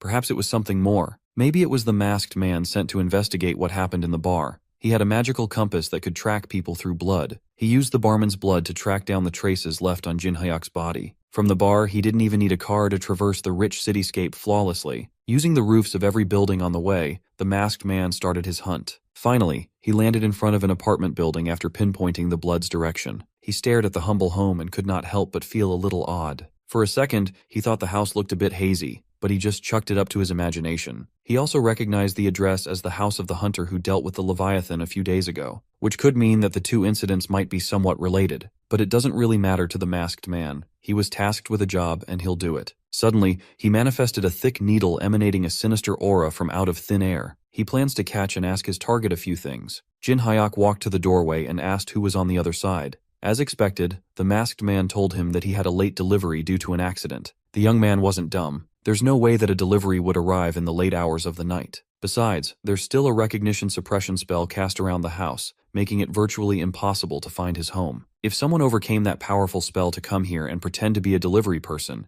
they must be up to no good. Nevertheless, Jin Hyuk opened his door while maintaining his vigilance as the masked man forced his way inside with the sinister needle in hand. He was expecting some dirty tactics, so it wasn't hard for Jin Hyuk to catch the villain's hand as it aimed for him. He cheekily asked if deliveries come with poison darts as a bonus these days. The masked man was supposed to be the one doing the sneak attack, yet he was the one caught off guard. Lucia chimed in and fired an arrow from her bow while hurriedly telling Jin Hyuk to move aside. The arrow's speed and velocity were unparalleled. It was practically impossible to dodge at such close range as it pierced the villain's body. The force behind the shot sent the masked man flying out of the second floor. He bled profusely as the arrow dug deeper into his flesh and organs. Lucia loaded up another shot and asked Jin Hyuk to step aside as she intended to finish the bastard off. Jin Hyuk waved her off and insisted on handling the problem himself, as the masked man must be looking for him because of what happened in the bar. Lucia warned him that the assailant wasn't ordinary by any means, as he managed to survive one of her arrows. As the masked man tried to dislodge the arrow, he shivered as he wondered just who on earth was that woman who pushed him to such a critical state in one attack. He finally got the tip out, bleeding all over the pavement. Every cell in his body was telling him to retreat for now. By the time Jin Hyuk tried to catch up, the masked man was already doing injured parkour on top of the neighboring roofs. Lucia asked if the young man wanted to give chase, but Jin Hyuk found it too troublesome. The bastard would just come after him again anyway. They could just hash it out at a later time. What's more important was the masked man's karma value. He had over 900 on top of his head. That means he's someone who kills like it's nothing. Jin Hyuk was itching to go up against a real villain, so this worked out perfectly. He was even thinking of using the masked man somehow in some way. The next day came, and Jin Hyuk and Lucia were escorted by a guild car to the mountains. The driver pulled over and pointed out the remote investigation site. They were brought here under guild leader Sangho's personal instructions, but it's no secret that there are still a lot of people in the Titan Guild who aren't fond of Jin Hyuk. Looking at the troops gathered at the foot of the investigation site, the young man assessed that half of them were A-rank hunters, or higher, an elite group through and through. As for the guy at the helm, it was the asshole who tried to pick a fight with Jin Hyuk back then. It looks like Executive Han Yong-seok will be taking the lead on this operation. Right from the get-go, Jin Hyuk could already sense a bad feeling that this mission was about to get annoying really fast. The executive formally introduced himself as the head of the operation. Much to Jin Hyuk's surprise, the bastard brought up the fact that they met one another during the last airstrike. The young commented on the executive's changed personality, as he seemed much more amicable and kinder today compared to before. Yong-seok cleared his throat and awkwardly apologized for his behavior from that time. He just got a little too excited in his efforts for the guild, so he wanted to take this opportunity to say sorry about their first encounter in hopes that it won't affect today's operation. Yong-seok also asked who the woman that Jin Hyuk had brought was. The young man introduced Lucia as a skilled colleague who wouldn't be a hindrance to the mission. There was no mention of any other additional personnel, so the executive was a little rattled. But before he could protest, the recon team they sent ahead had come back. Yong-seok excused himself for a moment to listen to his scout's report. Sure, the bastard might have apologized on the surface, but he was still looking down on Jin Hyuk and Lucia, thinking that they were merely C-rank noobs. It doesn't matter how strong they are anyways, this four-eyed bastard has his own agenda in this mission after all. Lucia immediately picked up on the executive's duplicitous nature and consulted Jin Hyuk if they would just let the guy lead. He assured her that they'd be fine. More importantly, someone has been tailing them since earlier. Both Lucia and Jin Hyuk clocked their not-so-covert tail long ago. The young man opted to let this pursuer be, as they could use him elsewhere later. Before the raid started, Jin Hyuk handed Lucia a bright magical crystal. The little gem is a communication item. It allows contact with anyone within a 10-kilometer range. They'll need it later, so it's best to keep it handy. Yong-seok came back with the confirmation of the initial reports. From what they've gathered, it's clear that the Tyrant Guild is involved in human trafficking. As for the plan of attack, the executive actually wanted to ask Jin Hyuk for a favor. After investigating, the recon team found a strong barrier installed around the building. They also believe that there's only one person capable of breaching that barrier without being detected. Yong-seok insisted that there was no one more suitable to sneak through the barrier than Jin Hyuk.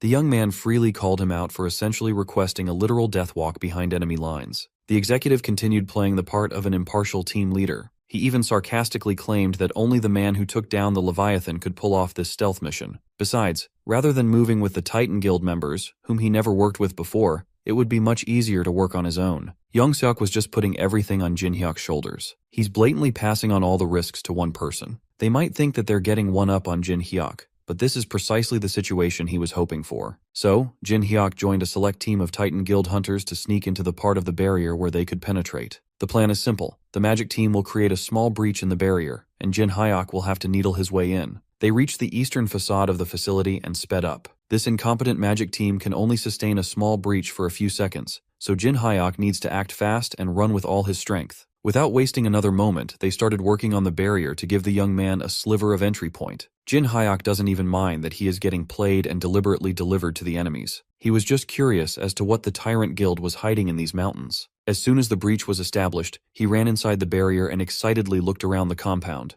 Jin Hyuk hit the brakes and summoned his trusty bat, only to see an odd sight in front of him. The appearance of the base inside was completely different from what it looked like outside. The protective barrier must have been layered with a distortion effect. First things first, He needs to find the entrance to this massive base camp. After a few minutes of walking around without action, he found it odd that there were fewer guards than he expected there to be. The first guard he spotted was posted up near the barrier, seemingly guarding an entrance. If there's a guard, there must be something that needs to be guarded. This was Jin Hyuk's most promising lead yet. He took to the air and raised his bat, imbuing his monstrous strength on his wind-up. Jin Hyuk swung his bat, and much to his surprise, the guard standing by turned to smoke as his weapon hit the ground. It turned out to be an illusion, and not a real person. He thought he could knock a guard out to capture and interrogate so he could open the door, but now it's solely up to him to figure that out. Much to his surprise, this supposedly secure facility had automatic doors like a freaking supermarket. The defenses were laughably lax, and it doesn't even look like they had CCTVs installed. They must think that the women they abducted had no chance of escaping anyway. Just to be sure that he won't get bamboozled, Jin Hyuk brought an insurance policy through his inventory. He retrieved an EMP generator made from the materials of electric-type monsters and casually dropped it on the floor. With this, any communications or security devices in the immediate vicinity would be disabled. This is why he left a magic communication crystal with Lucia. As soon as the EMP took effect, Jin Hyuk planned out his next steps. With the whole compound cut off the grid, it's about time to get started on his actual mission. From a distance, the masked man continued keeping a close eye on Jin Hyuk. He was starting to piece together the young man's involvement with the bar accident and the Titan Guild. Just like everyone else, the masked man seems to have his own hidden agenda too, and Jin Hyuk plays a crucial role in making it go smoothly. As a result of the EMP that Jin Hyuk set off, one of the idle guards of the facility watched as his game was interrupted as his phone died. The guard blamed the countryside's remoteness for messing with his gaming time. When he finally sensed that something wasn't right, a red bat was already bashing the side of his face without mercy. Jin Hyuk didn't even swing. He actually threw his weapon and stabbed that bastard with the blunt tip of his baseball bat. After making sure that the guard was out of commission, he used auto-recovery to call his bat back. Jin Hyuk finally found someone made of flesh and blood to beat up. The guard's blood splattered to a nearby wall as he hit the smooth concrete floor with a thud. This dude he just killed wasn't a hunter. He was just an ordinary guy, but he had a whopping 800 karma hanging over his head. This place is undoubtedly full of vile, inhuman trash. Now Jin Hyuk can wipe out everyone involved in this operation without hesitation. Upon entering the locked gate, he was greeted by a long hall of prison doors. This must be the place where they've been keeping all the abducted women. The living conditions in each cell were abysmal. They were chained up like animals waiting for their turn to be used as fertilizer for that damned elixir. Jin Hyuk's thoughts was interrupted by a man's voice asking who he was. One of the cells in this prison row was different than the rest. Instead of a woman, a dude was imprisoned in one of them. Jin Hyuk also recognized the uniform that the man was wearing. The uniform of the Tyrant Guild itself. Mr. Prisoner warned the young man to run away before it was too late, as everyone in this facility had already gone insane. Outside, the scummy team leader looked at his watch and timed Jin Hyuk's infiltration. It's been a while since the young man went in, and things are still quiet. Maybe it's time for the main force to move too. Yongsok ordered his men to push and go on standby near the facility, ready to go in if anything unusual happened. As soon as he gave the go signal, the Titans rushed forward like a flock of flies with their black jackets. Lucia just stood there, unmoving and nonchalant. Yongsok can't figure out what her deal was. Finally, the four-eyed bastard joined his men to stand by while Jin Hyuk did all the work inside. Lucia wonders if it's time for her to do her part too. Before the mission started, Jin Hyuk swore to deal with the situation inside the building on his lonesome. Her job would be to keep a close watch on the Titans outside. They still don't know what Hang Young-suk might try to pull, so Lucia has to be vigilant. The young man warned her not to get too involved, but that's never been her style. Back inside the facility, Mr. Prisoner introduced himself as Young Dae-yoon. Jin Hyuk asked the dude why a Tyrant Guild member like him would be in such a sorry state. Dae-yoon confessed that he was imprisoned for trying to kill Elan herself. Right now, they're just keeping him alive for his expertise in illusion skills. That distortion effect on the protective barrier and the fake guard must be his doing. Jin Hyuk was curious why this guy would try to flush his guild's research down the toilet. It was simple, really. Dae-yoon just couldn't stomach seeing his colleagues throw women to monsters as bait. He reached his limit and tried to take Elan down once and for all, only to get caught and imprisoned. Jin Hyuk was pleasantly surprised to see a reasonable Tyrant Guild member like this guy. Even his karma score was low, only at 62. The young man formally invited Dae-yoon to work together and take down this damned facility. Meanwhile, the grunt assigned to monitor the control room was sleeping soundly in his comfortable office chair. Finally waking up, he realized that he must have dozed off on the job again. He always gets sleepy at this hour, so it was nothing new, and nothing ever happened in this place, so it was fine. Instead of waking up to live feeds of the entire facility, he woke up to black screens. He looked around to try and understand what was happening, but to no avail. Panicking, he tried to turn the system back on, but the problem was the power source fried by Jin Hyuk's EMP. Every electronic device, including smartphones, was out of commission. The entire computer system is down, and he slept through it. The control room guy is in the running for Employee of the Month. Right outside the command center, a few of the tyrant boys were playing some cards to pass the time. They were having a jolly old time until the control room guy started yelling about some emergency. The tyrant boys were alarmed, and worse of all, their game was interrupted. The control room guy informed everyone that the entire system was completely offline. To make matters worse, all the women are gone from their prison cells. They have an intruder that plunged the whole place into chaos. The team leader split their forces into two. Team 1 would head to the Elan production room, while Team 2 looked for the intruder and the women.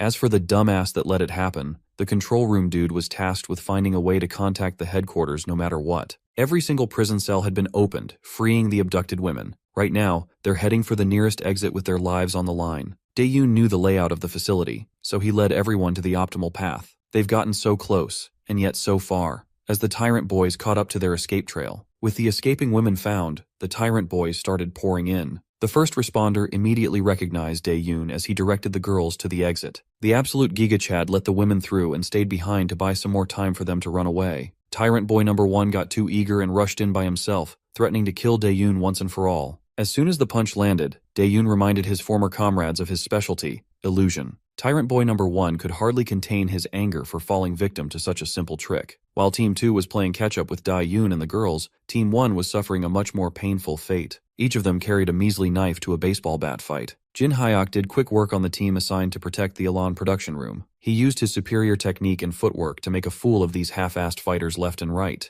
The young man bashed each of their heads in, using one swing for each bastard. Jin Hyuk finished the last tyrant boy off, and he did not even break a sweat. Seeing as how these boys were so desperately trying to guard the gate up front, it was obvious that Elan was being housed behind the door. Jin Hyuk gained access to the room and carefully entered. He looked around and saw all the equipment that the tyrant scums had gathered to make the inhumane drug. They've gone as far as hiding a gargantuan lab underground for security. Human-sized test tubes littered the lab, each one containing women that the tyrant guild had abducted. Seeing the scale of their evil operation firsthand was even more disgusting than Jin Hyuk imagined. In the middle of the lab was a monster encased in protective glass. It must be Elan, the source of all this grief and evil. Jin Hyuk gripped his bat tightly. The monster doesn't seem to be reacting to his presence. It's entirely possible that it was sleeping. With a smile on his face, the young man called onto the lightning dwelling inside his weapon and took on a batting stance. If everything works out, he could finish this thing once and for all. But that would be too easy. Elan must have sensed danger and woke up. She broke through the protective glass and sent her tentacles hurtling forward ferociously. Jin Hyuk had to move and dodge on the fly as the fast-moving tentacles aimed at his vital points. His lightning attack had to be cancelled. He observed the movements of the tentacles, and his fear grew. With how heavy and fast those things attacked, if he got hit in the wrong spot, he would be done for. For now, all he can do is go on the defensive while waiting and hoping for an opening to strike. Jin Hyuk forced himself to lock in. He must remain calm if he wants to stay in one piece. For those of you hoping for a cute tentacle girl, we won't be getting that today. Elan looked like a crackhead with tentacles. Finally, the crackhead beast broke free of her glass encasement, sending thousands of sharp shards flying everywhere. It's starting to look like our boy is totally outclassed this time around. Jin Hyuk activates hard skin, giving himself extra protection. He quickly dodges an attack and pushes forward, determined to end the fight. However, a powerful attack nearly breaks him, making him realize how strong his opponent is. Afterwards, he steadies himself and prepares for another move. His enemy is not going down easily, so he must fight even harder. With renewed focus, Jin Hyuk delivers a final attack, determined to end the fight against the monster that devours people. He barely manages to take care of it. As he looks around, he notices a strange item, Al-Raune's magic stone. Examining it closely, he realizes it can't be appraised, but based on its size and shape, it resembles a magic stone. Deciding to get answers later, he plans to ask the dwarf uncle about it. Jin Hyuk wonders if he should check what's happening outside. He reaches out to Lucia, asking if she can hear him clearly and how things are going on her side. He wants to know if the girls managed to escape safely. Lucia responds, explaining that a man and the girls have headed down the mountain. However, the ones chasing them are dressed the same, which seems suspicious. Lucia listens as he clarifies that the man was once captured for betraying the tyrant but seems trustworthy. They decided to work together, and now he is our ally. Jin Hyuk reassures and confirms that they are on the same side. Now that the situation is clearer, Lucia asks about something more important, checking if Al-Raun has been dealt with. Afterwards, Jin Hyuk reassures that Al-Rauni has been taken care of properly, and that he has also secured the magic stone. Kang Jin Hyuk, still focused on the situation outside, wonders about the ones who were chasing the girls. Lucia explains that those people have been in combat for a while now. As soon as the ones in white clothing appeared, the Titan group immediately rushed to fight them. However, something about the battle seems unusual. She observes that the ones in white ate something, and after that, their appearance changed. Now the Titans, who initially had the upper hand, are starting to struggle. Jin Hyuk wonders if the strange transformation is related to what someone mentioned earlier, Alraun's drug. Realizing the danger, Jin Hyuk knows it will be a big problem if the Titan Guild collapses now. Despite finding the Titan members annoying, he understands that stopping the Tyrant Guild takes priority at the moment. He asks Lucia if she can assist them in the fight to prevent things from getting worse. Lucia understands the plan and agrees to take care of the white-clad enemies. She reassures Jin Hyuk that he can count on her, but in return, she demands a large supply of sweets as a reward. Meanwhile, Jin Hyuk senses that everything on Lucia's side is falling into place. Confident that the battle is nearly over, he calls out to someone hiding nearby, referring to them as Mr. Delivery Man. A mysterious figure steps forward, surprised that Kang Jin Hyuk noticed him. Moreover, Jin Hyuk wonders if he is his target, or if he is also after Alraun's magic stone. However, he reveals that his goal was initially the same but has now changed. Kang Jin Hyuk warns him that he will regret whatever choice he just made. As they engage in battle, the enemy is shocked by the incredible reaction speed, something far beyond what an average C-rank hunter should be capable of. The bastard recalls the moment when our guy blocked the poison darts earlier, wondering if it was truly just luck. Despite his doubts, he reassures himself that, in the end, the guy he is dealing with just a C-rank hunter. He activated his ability, preparing to finish him off. However, as he attacks, he realizes something unexpected. Jin Hyuk is wearing armor. Afterwards, he attempts to retreat, but before he can get away, he feels a sharp force stopping him. Jin Hyuk is not letting him escape this time. The enemy barely manages to block the attack. Doubt creeps in as he realizes that Ji Hyuk is much stronger than he first thought. Frustrated, he shouts, promising to get revenge, unable to accept that he is being beaten. But Jin Hyuk declares that there won't be another chance, believing this place will be his final resting place. With all the fallen taken care of, the focus shifts to the injured. Ensuring their safety is the next priority. Meanwhile, a report must be made. The discovery of hidden drugs by the tyrants comes as a shock. Without unexpected help from a mysterious woman, survival would have been impossible. Her arrows carried power nearly equal to an S rank, yet no known female hunter has ever displayed such strength. With the situation under control, the wounded are sent to the hospital, and all possible evidence is taken care of. With the tyrants seemingly handled, attention turns to finishing the welcome party properly. However, before they can proceed, someone arrives, breathing heavily, carrying an urgent message. He reveals that the Tyrant Guild leader and their strongest members are on the way. The mere mention of Chowan Cheol, an S-rank hunter, makes it clear that staying would be a mistake. The guy with glasses gets frustrated and realizes that they have to go back when they are just about to defeat them. Suddenly, they receive an urgent transmission. Apparently, a small group of Tyrant Guild members is approaching fast, likely their vanguard. The warning was true. Danger is coming fast. The enemy is getting closer, leaving no choice but to end the mission. Afterwards, the decision is made quickly that everyone must leave immediately, making sure to escape without delay. One person chooses to stay behind, knowing that disappearing could create suspicion. Staying will help in making an alibi and shifting the blame elsewhere. A false report will be given to make it seem like someone else is responsible. Preventing a direct conflict between the Titan and Tyrant guilds is the main goal. After thinking it through, they decide to put all the blame on Hunter Kang Jin Hyuk, who is still inside. This explanation seems like the best way to cover their tracks and leave without being noticed. Doubts arise about trusting the traitor, as fooling the Tyrant Guild won't be easy. However, the real goal isn't deception, but buying enough time. That time will be used to prepare for a war. Once the truth is revealed, justification will be on their side. This moment is the perfect chance to attack and completely eliminate the enemy. Afterwards, Lucia questions if the person standing there is the one Kang Jin Hyuk mentioned. There is no time to waste. Kang Jin Hyuk is waiting inside. Everything is progressing more smoothly than expected. As they arrive at their destination, our boy promptly updates his fellows regarding latest reports, confirming that he has taken care of the pursuer. When asked about the current situation, he explains that Alrauni is dead. However, there is another issue that needs to be handled. He requests help in making it appear as though the body before them had died in battle against Alraun. The real reason behind this plan soon becomes clear. A document is handed over, urging a closer look. As the contents are read, shock spreads. The names listed belong to recent victims of a series of brutal murders. If the information is accurate, then the implications are terrifying. The infamous Great Guild Killer has always been targeting large guilds. This presents an opportunity that if the blame is placed on him, no one will suspect anything else. Kang Jin Hyuk shares his plan, asking Jung Dae-yoon if he can make it happen. Jung Dae-yoon agrees, recognizing that the idea is great. Lucia, still unsure of the full picture, seeks reassurance that this plan won't bring unintended consequences. Afterwards, Kang Jin-hyuk assures them that everything is under control. With the decision made, the next priority is to leave the area quickly. The Tyrant Guild's main forces are expected to arrive soon, but not everything is as it seems. Half of what was said about their arrival was true. Moreover, the forces are on their way, but they won't reach the location for at least 2 more hours. The group they saw earlier was nothing more than an illusion. Young Dae-yoon praises and thanks Jin-hyuk for the rescue efforts that saved so many. However, there is no need for thanks. The real battle is only beginning. Moreover, the Tyrant Guild has suffered a serious setback, and when word spreads, other guilds won't stay silent. Afterwards, Jin-hyuk is looking forward to seeing how the Tyrant Guild crumbles. The Tyrant Guild's downfall seems closer than ever. Their hidden crimes are far worse than expected, making it necessary to involve higher authorities.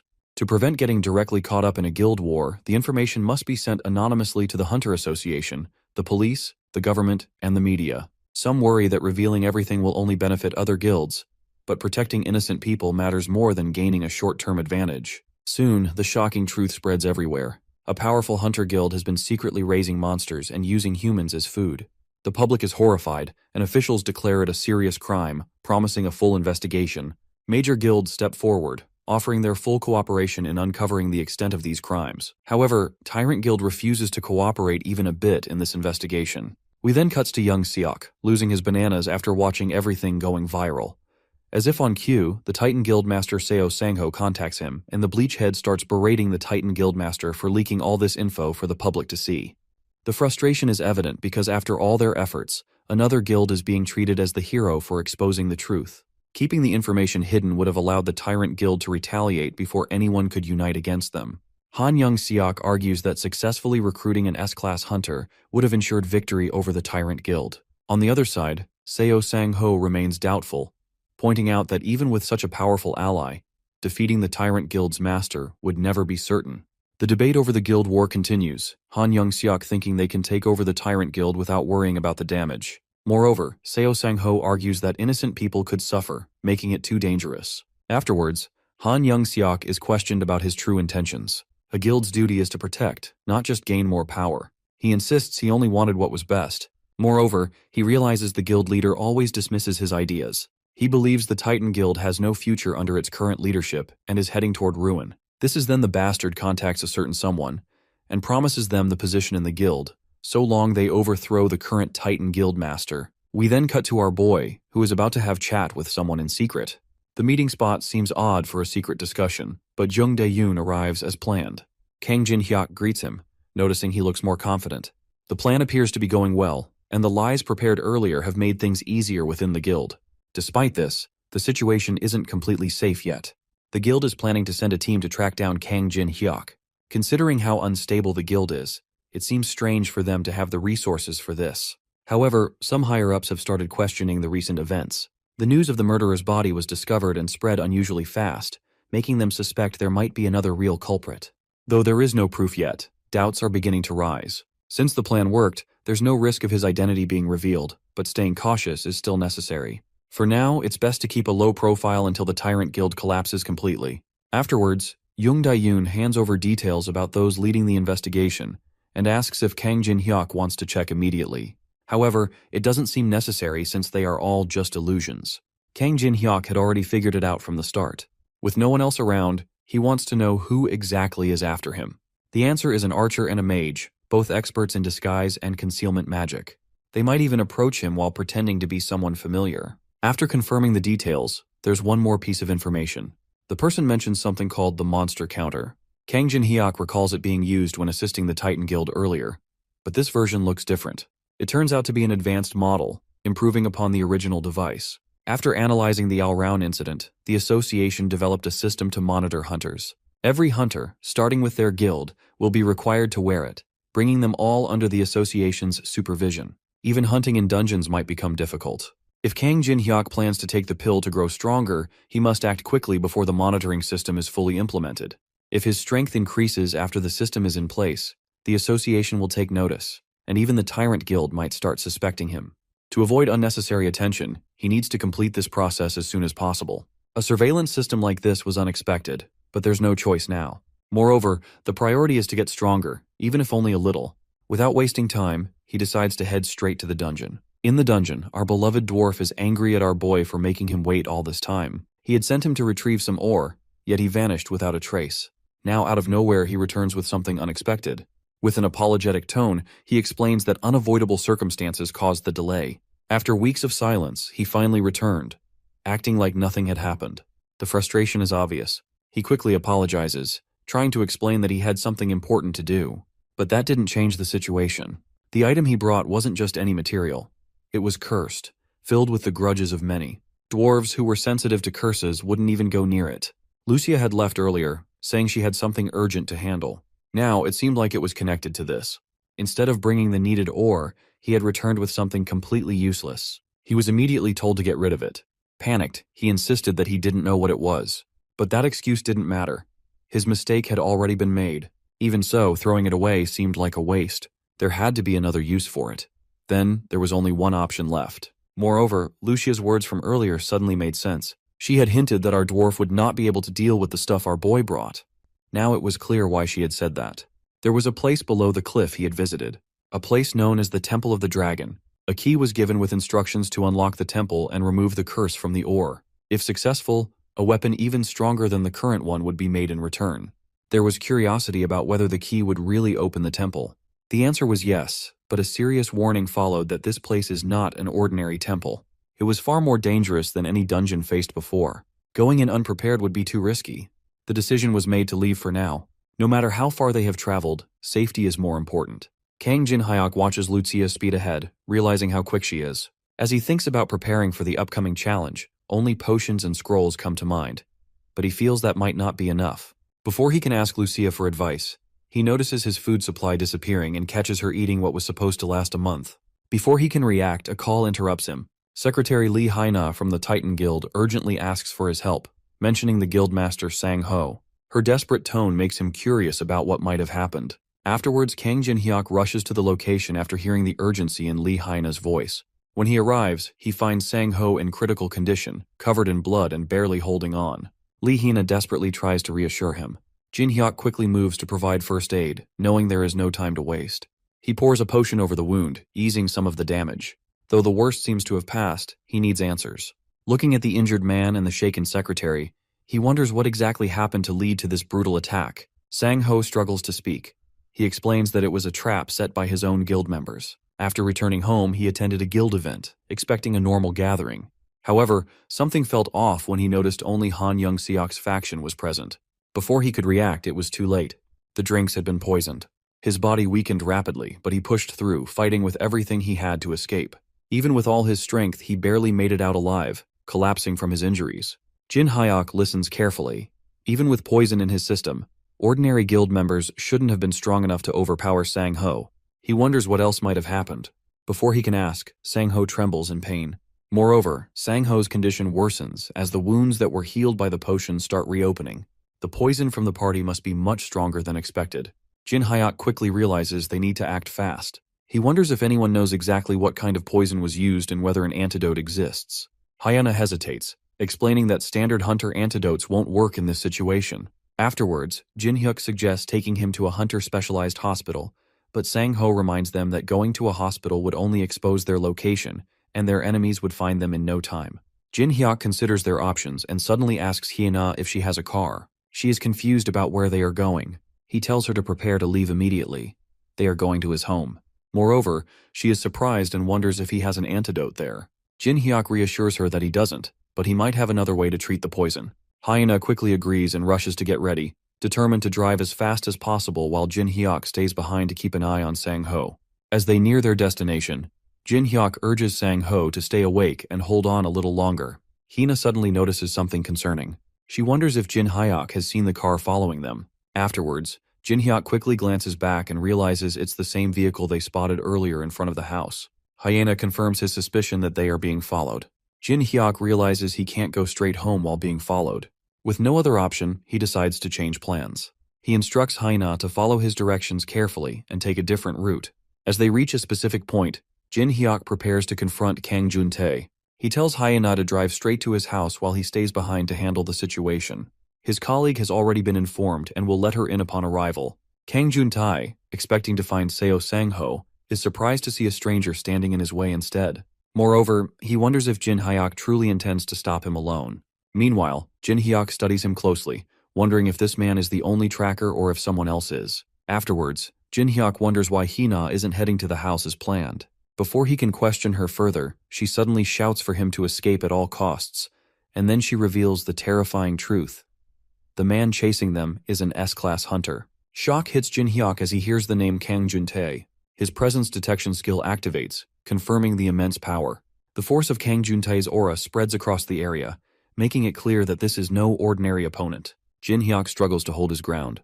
Hina asks if he is okay, but he barely manages to respond, realizing he can't last much longer. He urges her to escape immediately, promising to find a way to catch up later. Hyuna is unwilling to leave him behind, but he insists. Understanding the danger, she finally agrees and rushes away. However, Kang Juntae refuses to let his prey escape so easily. He moves to intercept, determined to stop them. Jin Hyuk throws himself in the way once again, frustrating the S-class hunter. Juntae wonders why this man keeps interfering with his plans. Jin Hyuk does everything he can to buy time. Hina is now a safe distance away, hoping that Jin Hyuk will survive and return alive.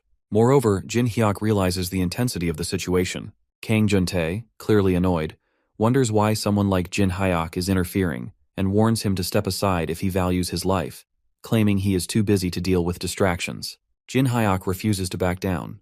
He wonders if Juntae truly believes he would just run away in fear. Before Jin Hyuk can react, Juntae moves with speed.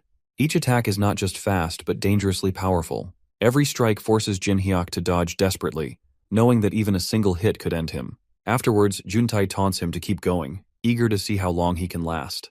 His attacks grow fiercer, and Jin Hyuk realizes that if he takes a direct hit, it will be over. Thinking quickly, he activates his inventory and equips his mithril chainmail armor. The unique effect immediately takes hold, reducing both physical and magical damage by half. As the next attack hits Jin Hyuk, he realizes just how close he came to death. If not for the armor he had prepared in advance, he wouldn't have survived that last attack. Juntae observes him, noting that he hadn't expected Seo Sang-ho to have someone this skilled under him. But then, something clicks in his mind. He wonders if Jin Hyuk is the C-class hunter rumored to have captured a new type of monster. The name sounds familiar. Han Young-seok had mentioned someone like him before, someone who was quite close to Seo Sang-ho. Afterwards, Jin Hyuk quickly realizes that his identity has been exposed. Even if he manages to escape now, it's only a matter of time before they track him down. His house won't remain safe for long. Before he can think further, he realizes that he can even escape from someone as powerful as Juntae. Afterwards, Juntae makes an unexpected offer. He tells Jin Hyuk to forget about Seo Sang-ho and join forces with him instead. The new Titan Guild needs someone like him. Jin Hyuk rejects the offer, standing firm in his decision. We then cut to Lucia, who is trying her best to heal the guildmaster, but she reaches her breaking point, realizing she can't push any further at the moment. Stepping back, she wonders if it's best to go outside and discuss the situation. The poison in Seo Sang-ho's body remains dangerously strong. Although Lucia has taken temporary measures to help him rest, it's clear that the treatment isn't complete. The pain is gone for now, but it won't last long. Lee Hyuna becomes more concerned, wonders what they should do next, and asks if there's any other way to treat him. Lucia thinks for a moment before recalling someone who might be able to help. A certain short man comes to mind. If anyone can do it, it's probably him. However, there's another problem. To enter the dungeon where the solution might be found, they need Jin Hyuk. A possibility exists, but it won't be easy. Meanwhile, in battle, Jin Hyuk struggles to keep up. His opponent keeps attacking, leaving him no time to recover. Every hit shakes him, and the energy he had at the start is fading fast. Moreover, he knows he has reached his limit, and drinking a potion would help. But there's no chance to do so with the continuous attacks. There's only one option left. He must go all in with one final strike. Determined, he refuses to give up. If this is the end, he will make it count. Gathering his remaining strength, he prepares for one last desperate attack. No matter how hard he tries, his attacks keep missing their mark. Frustration builds, but Kang Juntae remains unimpressed, calling the fight boring. Without warning, a deadly attack comes his way. He knows he must dodge, but his body refuses to move, and he ends up taking hit. Panic sets in as he desperately tries to command himself to react. His mind screams for his body to move, yet he remains frozen. At the last moment, his instincts take over, and he barely shifts to avoid a fatal blow. Kang Juntae acknowledges his quick move, impressed that he managed to survive. Once again, an offer is made to join forces and live. Jin Hyuk refuses, and Kang Juntae realizes that there is no other way. The final attack is about to land, and Jin Hyuk wonders if this is truly the end. Just then, an arrow flies through the air, interrupting the fight. Lucia has arrived. Let's take a step back to understand how this 10 out of 10 baddie came here. Lucia moves quickly, following the directions she memorized. Even though it's her first time going through this path, she pushes forward without hesitation. Every step brings her closer, and she hopes she isn't too late. Moreover, she prays silently for Jin Hyuk to hold on. He just needs to survive a little longer. Meanwhile, the battle continues. Kang Juntae prepares to end the fight, but before the final strike hits, an arrow cuts through the air. The unexpected attack forces him to step back. He looks at the arrow in disbelief that it carries so much power. Jin Hyuk is struggling to stay and recognizes the arrow immediately. Lucia has arrived just in time to save Jin Hyuk, surprising their enemy with her strength.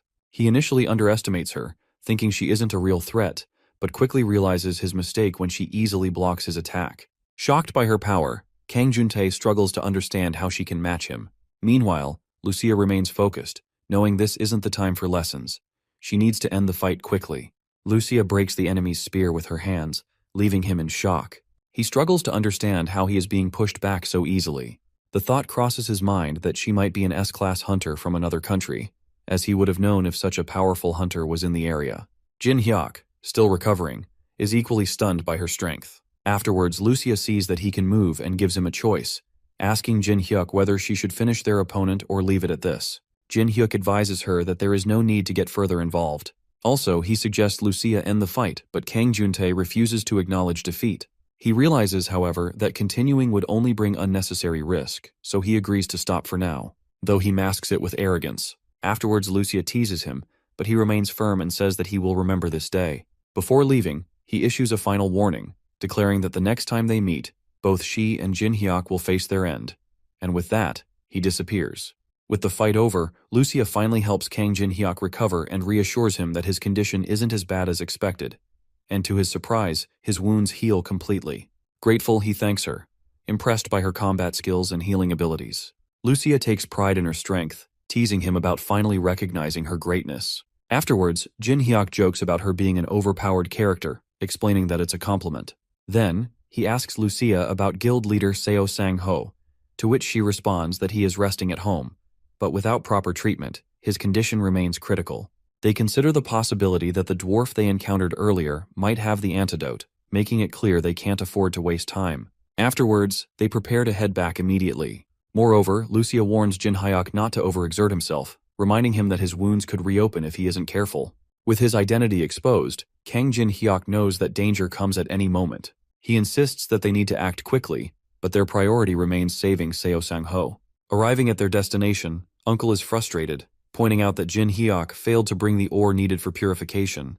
Instead, he has brought a poisoned person, making it difficult to proceed. Jin Hyuk apologizes, explaining that things didn't go as planned, but promises to make it up later. His main concern is saving Seo Sang-ho. However, the situation worsens when they learn that the poison affecting Seo Sang-ho is basilisk venom. An antidote is needed, but the necessary materials aren't available in this location. Jin Hyuk wonders if his uncle might have the antidote. Afterwards, he responds that he isn't a magical treasure chest that holds everything. Meanwhile, Seo Sang-ho turns to Jin Hyuk with curiosity, wondering about this place. Jin Hyuk acknowledges the question but avoids a full explanation, simply suggesting to think of it as one of his abilities for now. Kang Jin Hyuk considers the risks of revealing this secret place but decides to trust the guild leader, just as the guild leader had trusted him first. The uncle hands over a medicine, explaining that it will only buy them time. At best, it will last for half a day, and if they fail to find the antidote within that period, Seo Sang-ho won't survive. Jin Hyuk asks if there are any other treatments, but the response isn't hopeful. A hunter-specialized hospital might have the antidote, but as Seo Sang-ho had warned, their enemies would track them down the moment they went there. But this is then my guy remembers something. Later, they return back to Earth and he is having conversation with our girl. They discuss the possibility of secret places where an antidote might exist, though none are known for certain. Despite buying some time, they still don't have a real solution. Afterwards, Jin Hyuk mentions one last possible method. If this doesn't work, they will have no more options left. He then makes a call. The person on the other end is surprised to receive a call so late at night and asks why he is calling. Jin Hyuk gets straight to the point, asking if they have an antidote for basilisk venom. The person responds that he doesn't have the antidote but knows a backdoor doctor who might. When asked why he needs it, Jin Hyuk simply states that it's urgent. The person agrees to introduce him to the doctor and asks if he wants them to come discreetly. Since Jin Hyuk is considered a VIP, they promise to handle it carefully. Soon the doctor arrives as planned. Jin Hyuk assures everyone that the antidote is on its way, bringing relief and even tears of gratitude from her eyes. The doctor successfully removes the poison from Seo Sang-ho's body. However, he explains that it will take at least 2 weeks for his body to fully recover and regain movement. Until then, complete rest is necessary. Afterwards, Kang Jin-hyuk realizes that Seo Sang-ho's 2-week recovery period causes a major problem. During this time, he won't be able to withstand the Titan Guild's pursuit, even with Lucia's help. More importantly, after his recent battle with Kang Jun-tae, he has come to identify his own weakness. Moreover, he acknowledges that he underestimated the power of an S-rank hunter and overestimated his own abilities. Afterwards, Lucia points out that he seems burdened by unnecessary worries. Jin Hyuk admits that after facing an S-rank opponent, he understands just how weak he currently is. However, she assures him that although he is weak now, he has the potential to grow stronger. A risky method to gain strength is presented to him by Lucia, and Jin Hyuk declares that he is willing to do whatever it takes to become stronger. The next day, my guy is ready to make trip to the Dragon's Temple, gathering 50 explosion scrolls, 300 mana potions, and 300 health potions, and ensuring that his armor and weapon are ready. He also confirms that he has a return stone in case of emergencies, securing an escape route.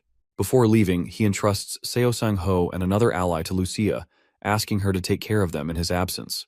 Moreover, Lucia warns him about the extreme dangers of the Dragon's Temple, reminding him that if he gets greedy or pushes too far, he could die. Jin Hyuk acknowledges the warning and promises to use the return stone if the situation becomes too dangerous. As he prepares to go, Secretary Lee apologizes and blames herself for the risks he is taking. Afterwards, Kang Jin-hyuk reassures Secretary Lee that there is no need to apologize, as he also seeks revenge. Moreover, he tells Lucia that she is the only one he can rely on while he is away and asks her to wait for his return. He is determined to come back stronger no matter what. Upon arriving at the Dragon's Temple, he recalls Lucia's warning not to get greedy and to leave once he feels strong enough. However, he dismisses the idea of playing it safe. His goal is clear. He refuses to leave until he is powerful enough to defeat an S-rank opponent. Kang Jin-hyuk keeps walking but doesn't see anything for a long time, making him wonder if he's on the right path. Suddenly the area lights up, revealing strange suits of armor. At first they look like decorations, but something about them feels off. Afterwards, he quickly realizes they are actually enemies. Instead of feeling scared, he sees this as the kind of challenge he was looking for. As the fight begins, he notices that the armored figures may look strong, but they aren't very powerful. Then, he figures out their weak point. He needs to destroy their cores. Afterwards, Kang Jin-hyuk isn't worried about the armored monsters. He has the perfect weapon to deal with them. He unleashes a powerful burst of electricity, targeting their cores all at once. He wonders how the metal creatures are handling the shock and how the electricity tastes. At the Titan Guild's office, Han Young-suk's expressions are filled with frustration and his blood boils because of Kang Jun-tae for messing up catching one drug-addicted fool and making things so complicated when they weren't meant to be. Turning to his assistant, he demands an update about what happened to the executives who supported Seo Sang-ho. So the assistant informs him that they have been confined to their homes and are being thoroughly monitored. The Titan Guild members have cut off all communication lines, like the internet and phones. Hearing that, Han Yeon-sun gives a cold calculation order to keep watching them to make sure Seo Sang-ho doesn't escape in that direction.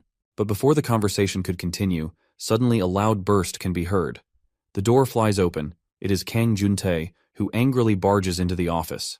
He demands an explanation on why he hasn't been warned about the unexpected obstacles. Han Young-suk doesn't understand this sudden rude outburst, as he did give Jun-tae information about that low-level hunter. Jun-tae angrily moves forward, revealing he is not talking about the guy, but the archer woman. Han Young-suk's assistant immediately moves to intervene, suggesting Jun-tae to step back from the executive, but without giving a damn. With a sharp, brutal punch, he sends the assistant to the corner of the floor, not even sparing him a glance. At that moment, the bleachhead realizes that this dude is likely talking about the woman who has been traveling with our boy. He then hesitantly asks Jun-tae if he lost to her. The question hits like an insult, and Jun-tae immediately shrugs it off by calling it nonsense, and insists that if his spear hadn't broken, he would have won. Judging by his words, Young-suk understands she is a tough opponent, even for Jun-tae, and this is not even him complaining. She overpowered him and he felt humiliated, though he didn't expect her to be this strong. Not sure how to respond, he assures Jun-tae about preparing for her too, along with Kang Jin-hyuk. However, he reminds Jun-tae to finish Sang-ho as quickly as possible. Only then can they fully take control of the Titan Guild.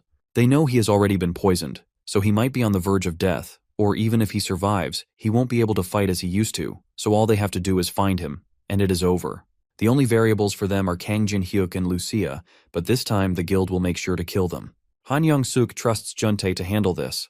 Once those two are dead, there will be no more obstacles. Everything will be taken care of, and then the position of Titan Guild leader will be Juntae's. At the same time, in the Dragon Temple, Kang Jin-hyuk took down all those armored things, and now is in the second room. Then, in a dull light, he spots a throne, and upon it, a figure is seated. Something is definitely off.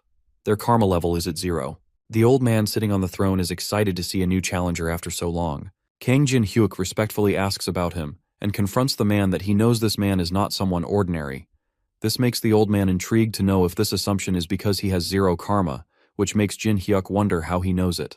But instead of simply answering the question, the old man questions Jin-hyuk's intentions of coming there and guesses if that cursed and resentful thing he carries isn't why he came all this way. Well, our boy is stunned that this bastard is talking as if he knows everything already. But when the old man steps forward to stand face to face, Jin-hyuk extends his hand, shows him a stone, and informs him that he came there to purify it. The old man recognizes that it is grown by devouring people. It carries a considerable amount of grudges, though he doesn't find it a difficult task. With a wave of his hand, the old man casts a spell, causing energy streams to come out of it, and in a minute he purifies it. Even the color of the stone changes, and that ominous aura seems to be gone too. Jin-hyuk's face makes it evident how impressed and surprised he is. Therefore he thanks him. The old man advises him to save this gratitude for when his true purpose here is complete. Jin-hyuk doesn't seem to understand, and when he looks into the old man's eyes, it seems like he has been transported to somewhere else, while the old man informs him that the trial has already begun. He warns him to not let his guard down and give it his all, otherwise he will lose his life. Jin-hyuk is then transported to a dark place, realizing this is the true trial of the Dragon's Temple. He senses someone approaching him, as footsteps can be heard. The same armored figure from before appeared, but something is different. His surroundings glow, and he wonders if he has been transported to a new space. Out of curiosity, he questions the armored man. Is this his opponent? Would there be more to come? Was this merely a warm-up and the real one will show up later? The armored guy doesn't show a single interest in Jin-hyuk's speculations, and to Jin-hyuk's surprise, he suggests Kang Jin-hyuk to prepare himself, informing him the trial has begun. Jin-hyuk realizes this armored man is different from others as he can talk, but the armored man moves swiftly towards him, reminding him this is his only warning. The scene shifts to our boy's neighborhood. A number of guys are moving from roof to roof with a blinding speed in futuristic black masks and hoods. One of the hooded guys apologizes to his companions for not being able to find the house of Kang Jin-hyuk from any side, though they definitely searched the address. But there was nothing there. The other hooded guy is tense, as if they don't find that guy, they are all finished. Kang Jung-ae won't spare them, so they have to find that guy no matter what it takes. He instructs them to destroy every single house visible in this area. That way, they will probably stumble upon Kang Jin-hyuk's house maybe. Before they could work according to the plan, one of the hooded guys collapsed on the ground, blood coating the entire surface. The other two guys take time to realize what has happened, but they barely have any time to run for their lives or call for backup. And eventually they also get attacked by none other than Lucia. With the danger eliminated for the time being, she gets back home. Secretary Lee Hyuna questions Lucia if everything is okay out there, as she suddenly went out. Lucia calmly informs Lee Hyuna that the Titan Guild's tracking team came by. This freaks her out, and tension fills across her face, but Lucia assures her not to worry since she took care of them pretty quietly. After overhearing the enemy's plan to destroy the entire neighborhood just to find this place, they must be convinced of it by now that this is the only place both the Titan Guild's master and his secretary could possibly be. In advance, Lucia apologizes to Haina. If they come in full force, she won't be able to stop them alone, and urges Haina to hope Kang Jin-hyuk gets stronger and comes back soon. At this moment, he is the only one who can change their situation. On the other hand, Kang Jin-hyuk is struggling as the armored man launches forward. The boys stand there, frozen in shock, though the armored man slices his throat. Panic is evident on Kang Jin-hyuk's face as he grabs his neck, thinking it has been sliced, but he is transported to the same temple from before, without being harmed a little. He examines his neck in shock, but a laughter pulls his attention. It is the same old man who explains the place where he died is a sort of virtual space, so even if he dies there, he won't die for real. That is why he doesn't have to worry. Kang Jin-hyuk tries to focus. He recognizes that voice, and as he turns, he sees the door being closed but confirms his suspicion that it is the same old man as before. The old man reveals that Jin-hyun is still very weak. The Dragon Temple is a place to make him strong, but it is also a place of trial. He had warned Jin Hyuk before to never let his guard down. Strength wasn't just about power, it was about resilience, so he should grow stronger and try again. Although Jin Hyuk is not in the mood to be lectured, as this time isn't for such casual advice. If their hideout gets discovered now, Seo Sang-ho and Lee Hyana will be killed, and if Juntae shows up, he won't be able to defeat him, so he needs to get stronger now. But there is a barrier between the old man and him because of the closed door. He begs him to open the door and accepts his mistake but assures him to not let his guard down again. He explains if he doesn't get stronger immediately, it is all meaningless. The old man knows. Him rushing back in, he'd only experience death again. However, Jin Hyuk is firm. He will only know if he tries, so he keeps insisting on him. The old man finds him pretty desperate even after experiencing the sensation of death. He is not giving up, but Jin Hyuk tells him if he was afraid of dying, he wouldn't have started this in the first place. The old man finds his spirit amusing, so he grants him an exception to re-challenge the trial. Pressing forward, he is transported to virtual space again. The armored guy praises him for coming back even after experiencing death. Jin Hyuk reveals that he was careless before, but this time it won't end as hollowly as it did earlier. The armored guy laughs and then jumps high to attack him with his giant weapon, though this time Jin Hyuk blocks it with his enchanted bat, but this guy has phenomenal skill. Just holding on is overwhelming. The armored guy realizes that his opponent has come to his senses this time. While Jin Hyuk struggles to hold on, he needs to focus the aura in his legs. Somehow he needs to knock it away and create distance. Summoning his aura, he focused it into his legs. If he could create an opening, even for a second, he might stand a chance. Using every ounce of his strength, he pushed the armored warrior back. The force of the recoil nearly knocked him off balance, but he managed to stay upright. A direct confrontation wouldn't work. He had to strike and retreat, searching for the perfect opportunity. Jin Hyuk lunges forward, leaping higher into the air to attack the guy, which impresses him as he handles the aura. But he only has aura in his lower body, leaving his upper body exposed, so the armored guy deflects the attack. It is like he knows or can read his thoughts. The armored guy huffs, also acknowledges Jin's spirit, but if this was all he had then, there is no need to prolong the fight and Jin Hyuk should just die. The armored guy then attacks Jin Hyuk again, but to his surprise, he blocks it, which the armored guy wasn't expecting. Jin Hyuk clarifies to him that he won't die this easily. He wasn't sure earlier, so he tested it out, and as expected. The armored guy predicts where to attack by observing the aura. Hearing this, the armor guy laughs, calling him talented but assuring him of not changing the outcome no matter what happens. As much as it pains Jin Hyuk, deep down he knows the armored guy is right. If he keeps using his aura like this, he will only use the opponent's tricks again. In that case, he needs to fight differently. He opens the inventory, drinks a mana potion, and decides to surround his entire body with aura so the opponent can't predict his moves. Before he could finish the whole potion, the opponent attacks him again, but because of his present-mindedness, in time, Jin Hyuk is able to dodge the attack. The armored guy has noticed him enveloping his whole body in aura, questioning if it was that drug from earlier that boosted his aura and mocks him for obtaining power from such a substance, which can never be called his. Jin Hyuk doesn't care whose power it is, as long as it helps him win. Wielding the enchanted bat, he moves swiftly, dodging attacks and counterattacking with force. The armored guy launches heavy attacks from all directions. Despite that, Jin Hyuk isn't giving up. The armored guy is now finding him somewhat formidable, though Jin Hyuk guarantees that he is more than that. Both of them struggle for dominance. Sparks and shock waves burst when their weapons collide, and the fight is pushing both sides to their limits. The armored guy praises Jin Hyuk for holding out well, but that is exactly when Jin jumps unexpectedly, warning the armored guy that it might sting a bit and attacking his opponent. Meanwhile, Hyung-il and Lee Jun-chul are driving past Jin Hyuk's residential area and notice a number of guys from the Titan Guild desperately searching for Seo Sang-ho right now. Hyung-il suggests drawing attention would only cause trouble, though Lee Jun-chul advises him to not act recklessly and arouse suspicion. He then asks him to wait a moment and just watch, as he has got a plan. Unexpectedly, he pulls out his phone and calls Seo Sang-ho's secretary, Lee Hyana, to ask if she has heard anything about him from Hunter Jin Hyuk. She recalls he is the one who introduced our boy to the doctor. Jun-chul then inquires about Sang-ho, so she reassures him that Sang-ho is receiving good treatment and is safe. Staying calm, he informs her that he is near our boy's home right now and notices that Titan Guild members are swarming the area, which means that the guild master is there. If this keeps up by the time guild leader Sang-ho recovers, they will have to face a Titan Guild blockade right outside his house. To resolve the issue, Jun-chul suggests meeting in person to discuss a solution. Back at the Dragon's Temple, the armored guy is shockingly perfectly fine even after taking that powerful, mind-blowing hit. The opponent mocks him for standing there dumbfounded and provokes him to bring it out now if there is anything left. Jin Hyuk doesn't believe that even lightning didn't work, so he admits that he has nothing else hidden, so they should gamble everything on this fight to death. The opponent assures him about playing along and giving him a proper massive strike. He then exudes an aura of power. Meanwhile, Jin Hyuk grips his bat tightly, though he notices divine energy radiating from his opponent and mockingly calls him a paladin. The armored guy proudly reveals he is not a paladin, but something close to that, and then confirms to Jin Hyuk if he is ready.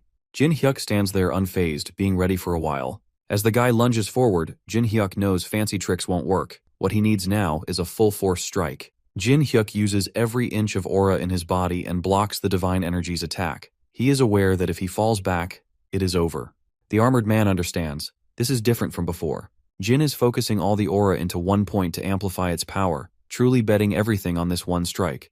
But the opponent tries pushing him while attacking, which makes him stumble, even as his aura scatters. Though the armored guy promises him, he won't be able to defeat him just with that. The battle has finally reached its peak. The armored guy lunges forward, their weapons clash. Jin Hyuk is struggling with the overwhelming force pressing down on him, but despite his determination to not give up, he is pushed back on the ground. He presses his bat onto the ground to steady himself, his body trembling with exhaustion. He managed to block it, but the aura has been used up, and he doesn't even have the energy to move his body. The armored guy questions whether this is truly the limit of his power. Holding up his weapon, he points out, in the end, all Jin Hyuk has done is break this iron sword. A broken iron sword can easily be replaced with an aura blade, but Jin looks completely drained, so how will he face the armored guy? He warns him that if he has no tricks left, his challenge ends here.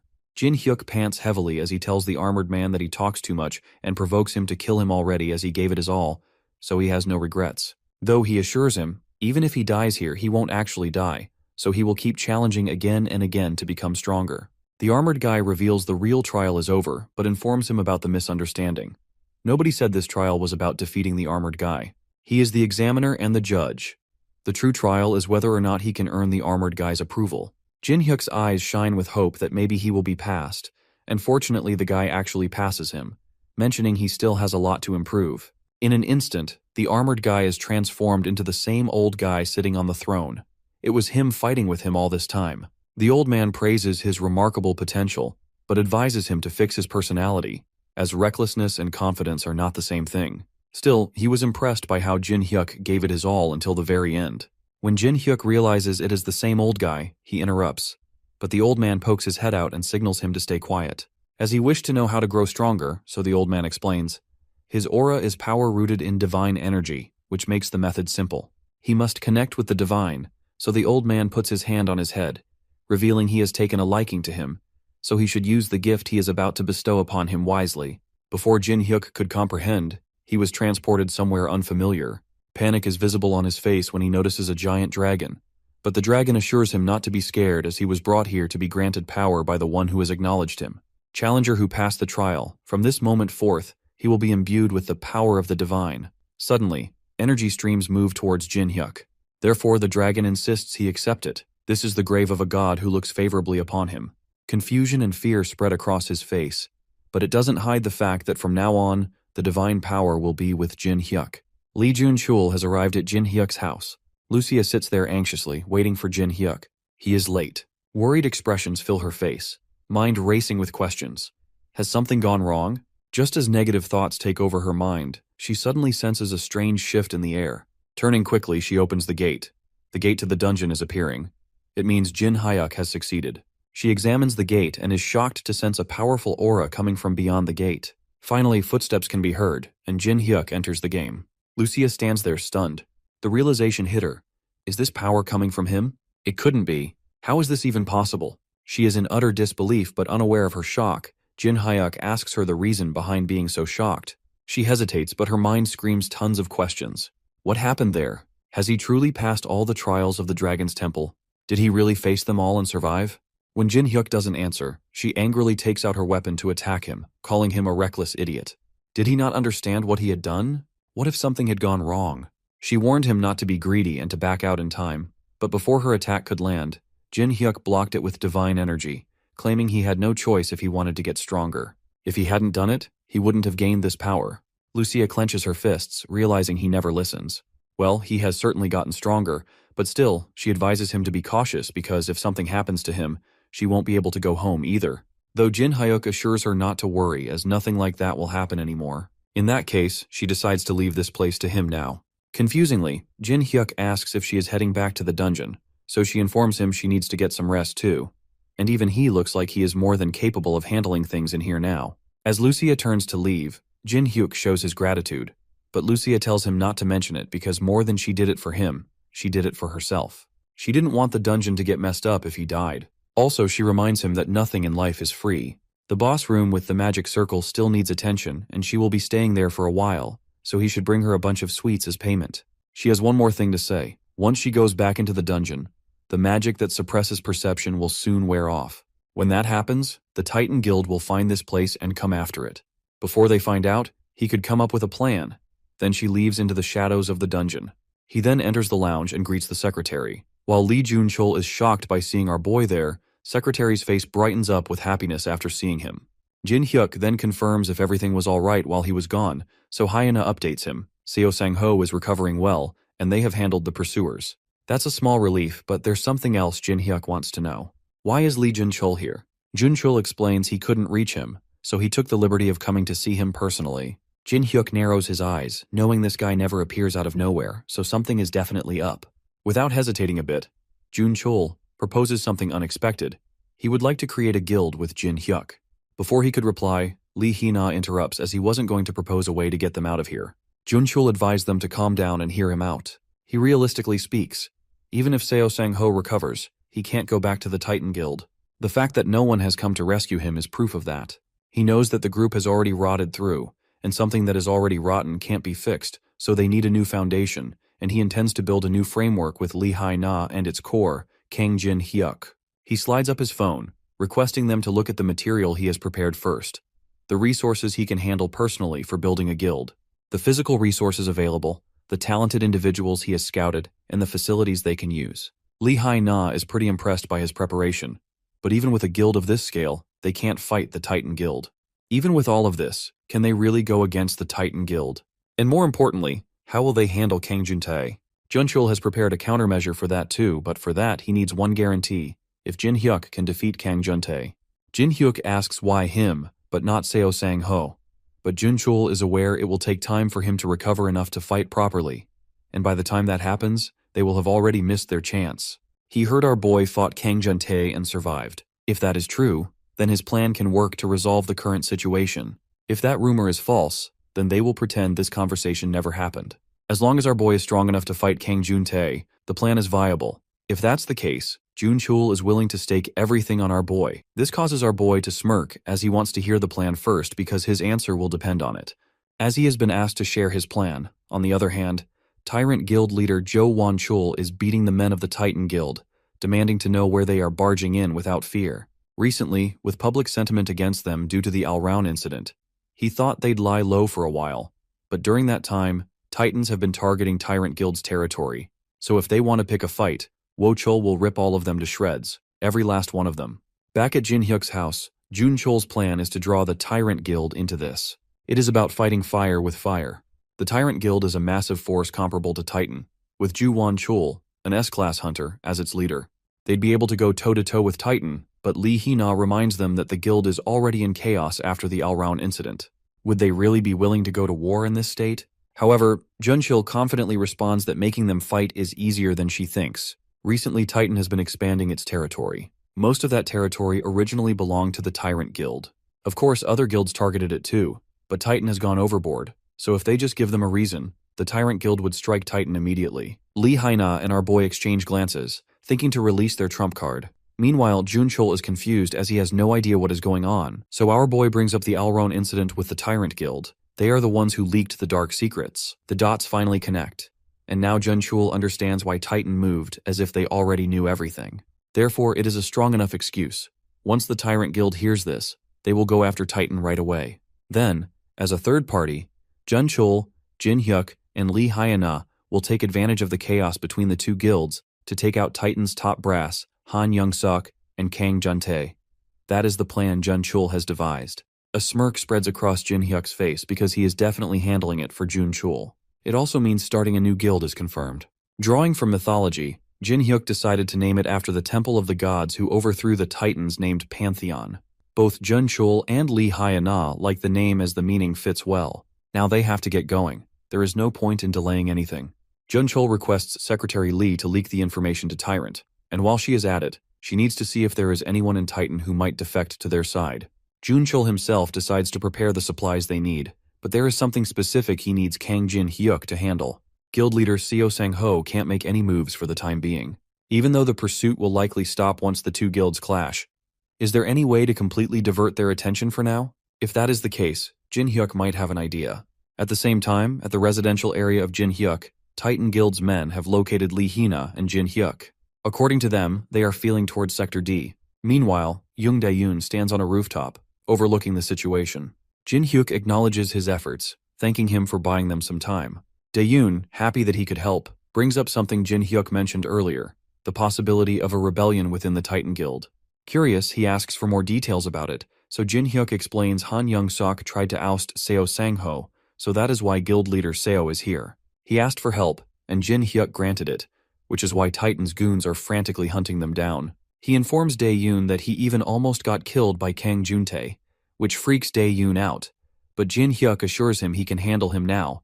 But the actual reason Jin Hyuk called Dae-yoon here is to ask if he's willing to join the new guild they are forming. At the Tyrant Guild's Branch 3, Jo Won-chul receives the news that Titan Guild has not only killed Alron, but has also leaked the incident to the media. Jo Won-chul's assistant reveals Seo Sang-ho's secretary personally passed on the information. She even said she doesn't care anymore since he is leaving the guild anyway and just wants money. The report states that night, Titan infiltrated to steal the artifact. But when Alron died, they covered it up by leaking the story to the press. Hearing this, Jo Won-chul's body trembles in anger, and he clenches his fists and grits his teeth. Jo Won-chul won't just stand by and let things go their way. He orders his assistant to gather everyone who can be summoned right now, since it has come to this. The Tyrant Guild will be the one to strike first now, and from this moment on, the Tyrant Guild has officially declared war on the Titan Guild. At the Titan Guild's office, one of the goons bursts through the gate, breathing heavily, his chest rising and falling, the tension evident on his face. He informs Juntae and Han Young-suk about the Tyrant Guild, which has just invaded their territory. Young-suk wonders if they are trying to take revenge for losing their own area. The goon adds that it is not it. The guildmaster, Jo Won-chul, has personally led that attack, and on top of that, he has officially declared war against the Titans. Hearing this, Young-suk stands up in shock, his jaw dropping as his eyes widen in disbelief. He panics, demanding why he wasn't informed earlier. Without wasting a second, he urgently asks where Won-chul is, so the goon quickly informs him that their men have already been sent to stop him. At the same time, Won-chul is furious. He has been causing harm to all the men that come near him. To everybody's surprise, just with his bare hands he threw a bus, which scared the goon, and they stepped back. They try to surround him, but before they can react, he vanishes. In the blink of an eye, he reappears far away, his speed beyond their belief. All the men keep losing. The squad that is being sent is not returning, and it turns out they are all dead, making it hard to track Jo Won-chul's movements. In the office, Yeon-suk is freaking out, but Juntae smirks. He knew something was off as it was way too quiet, and there was no way Jo Won-chul would just take a beating without a fight. Seeing this behavior of Juntae, Yeon-suk angrily questions whether this is funny, frustrated because at this rate both of them end up dying. He suggests reporting this to the association and having them stop it. The goon hesitantly informs him that the association is already aware of the situation, but all they have done is broadcast a warning, so it seems like they have no intention of stepping in further. Juntae already knows they would never bother to stop a fight. This is a perfect chance for them to let the unruly big guilds weaken each other. Listening to all of this, Yeon-suk orders him to change the approach and request intervention from the association, saying that civilians could get hurt. The goon narrows his face, apologizing and revealing that it won't work either. At the residential area of District 9, announcements are being made about the battle between the Titan and Tyrant Guild. Residents in the surrounding areas are advised to evacuate to a safe location. The guild members are not caring about any civilians, as they just want to fight. Knowing the situation is extremely serious, Jin Hyuk arrives at the site. Witnessing a small child crying as her mother is stuck in a car injured, she is about to be attacked, but Jin Hyuk saves her. Jin Hyuk suggests Lee Hai-na evacuate these people to a safe place and inform all guild members that protecting civilians is the top priority. The news has been broadcast about the guild Pantheon's first mission, which is to protect civilians at all costs. When the news about the new guild is heard, Yeon-suk wonders whose guild this is, as he never heard of that before. Juntae assumes some unknown guild is trying to use this chance to make a name for themselves, as there are plenty of mid-tier guilds that would jump at the chance. But more importantly, they need to deal with the tyrants. But suddenly Yeon-suk asks him to wait, claiming, "The ones protecting the civilians, they seem connected to Seo Sang-ho or Jin Hyuk." Juntae doesn't take it seriously, though something about the name Pantheon bothers Yeon-suk, because he is aware that in Greek mythology, the Pantheon was the temple of the deities who overthrew the Titans, so it seems like they chose the name to target them. Now this makes sense to Juntae, since appearing at this moment is also suspicious. The tyrants' declaration of war and their sudden attack, the timing and everything, are too perfect. Therefore they have realized that Seo Sang-ho or Jin Hyuk must have been backing Tyrant from the shadows. Instantly, he gets a call. One of his men informs him of the path movement of Jo Won-chul. Judging by his current trajectory, he seems to be heading straight for their guild headquarters. Yeon-suk's expression darkens. He informs Juntae about this news. Since it has come to this, they decide to settle things once and for all, and he confirms with Juntae whether he can take down Won-chul. Juntae's eyes are filled with rage and something that cannot be explained, but he guarantees Yeon-suk that Won-chul is walking right into his own grave, and this place will be his tomb. As the battle of Tyrant and Titan Guild continues, the members of the Tyrant Guild realize that the members of the Titan Guild are pretty weak, but there are just too many of them. The Titan Guild members play their dirty game by casting fire spells, which creates panic among the civilians, though Jun-chul assures that his hunters will protect them, and they should take this chance and evacuate over here. Once they arrive, they should be safe. If they ever find themselves caught in a guild war today, his guild will always be there to help, so he requests them to remember the guild that stands for the people.